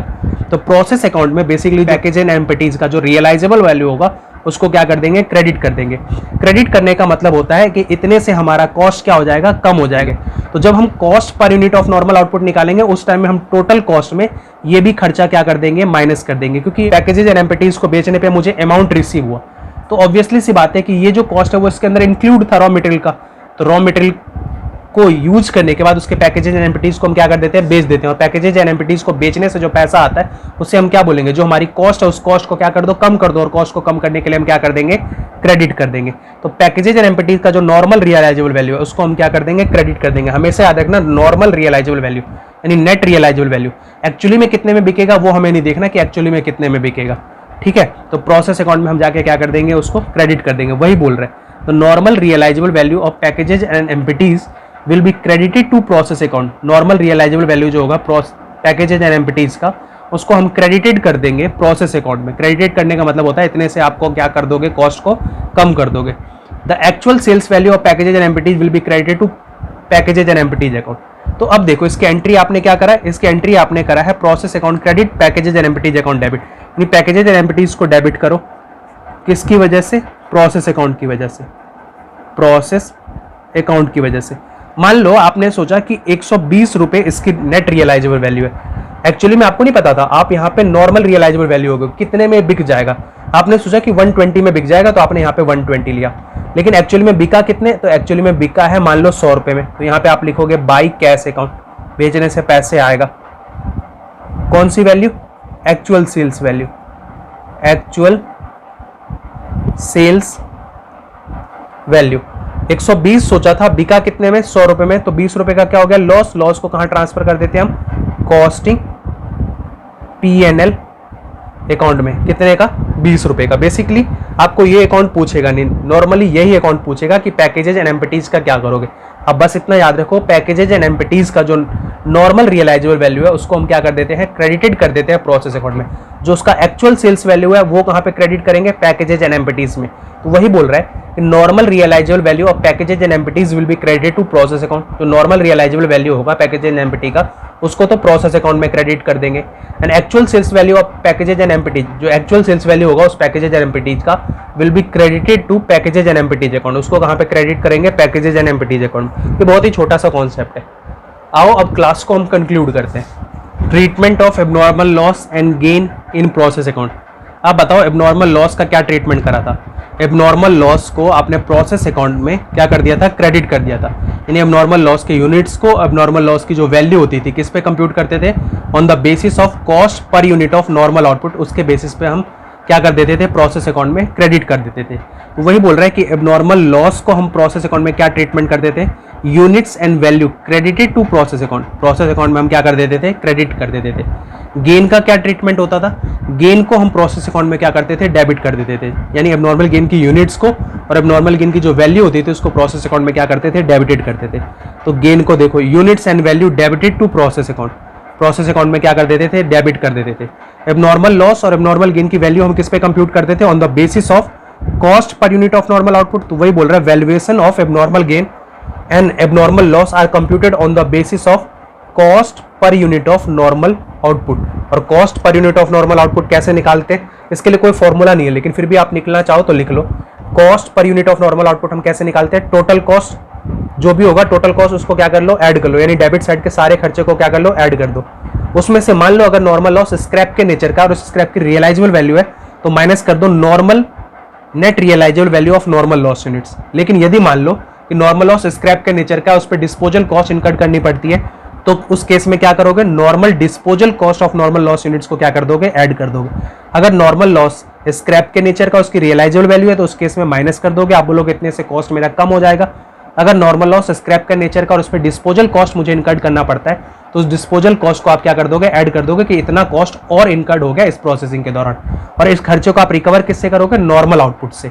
हमेशा याद रखना कि जो हम कॉस्ट रिकवर करते हैं वो एक्चुअल आउटपुट से हम रिकवर नहीं करते हैं। हम कितना एबनॉर्मल लॉस हो रहा है, हमें कितना एबनॉर्मल गेन होता है, इस चीज को हम क्या करते हैं, इग्नोर करते हैं cost per unit of normal output निकालते समय। तो नॉर्मल आउटपुट कैसे निकालते हैं, कितना इनपुट्स हमने डाला उसमें से कितना लॉस हम एक्सपेक्ट करके चल रहे हैं, इसको माइनस कर देंगे तो क्या निकल जाएगा, नॉर्मल आउटपुट। नेक्स्ट क्लास में हम कॉन्सेप्ट नहीं करेंगे इन सब से रिलेटेड, बस हम प्रैक्टिकल क्वेश्चन करेंगे 4-5 अच्छी तरीके से, जिससे कि ये कॉन्सेप्ट हमें अच्छी तरीके से समझ आ जाए। इसके लिए आपको क्या करना होगा, इसके लिए आपको ये करना होगा कि वीडियो लेक्चर नंबर 1 से लेकर के अभी तक जो आपने पढ़ा उन सब बातों को रिवाइज करके नेक्स्ट क्लास में जब भी हम पढ़ेंगे उसमें हम क्या करेंगे, इस सबसे रिलेटेड प्रैक्टिकल क्वेश्चन करेंगे, जिससे हमें अच्छी तरीके से कॉन्सेप्ट और आ जाए।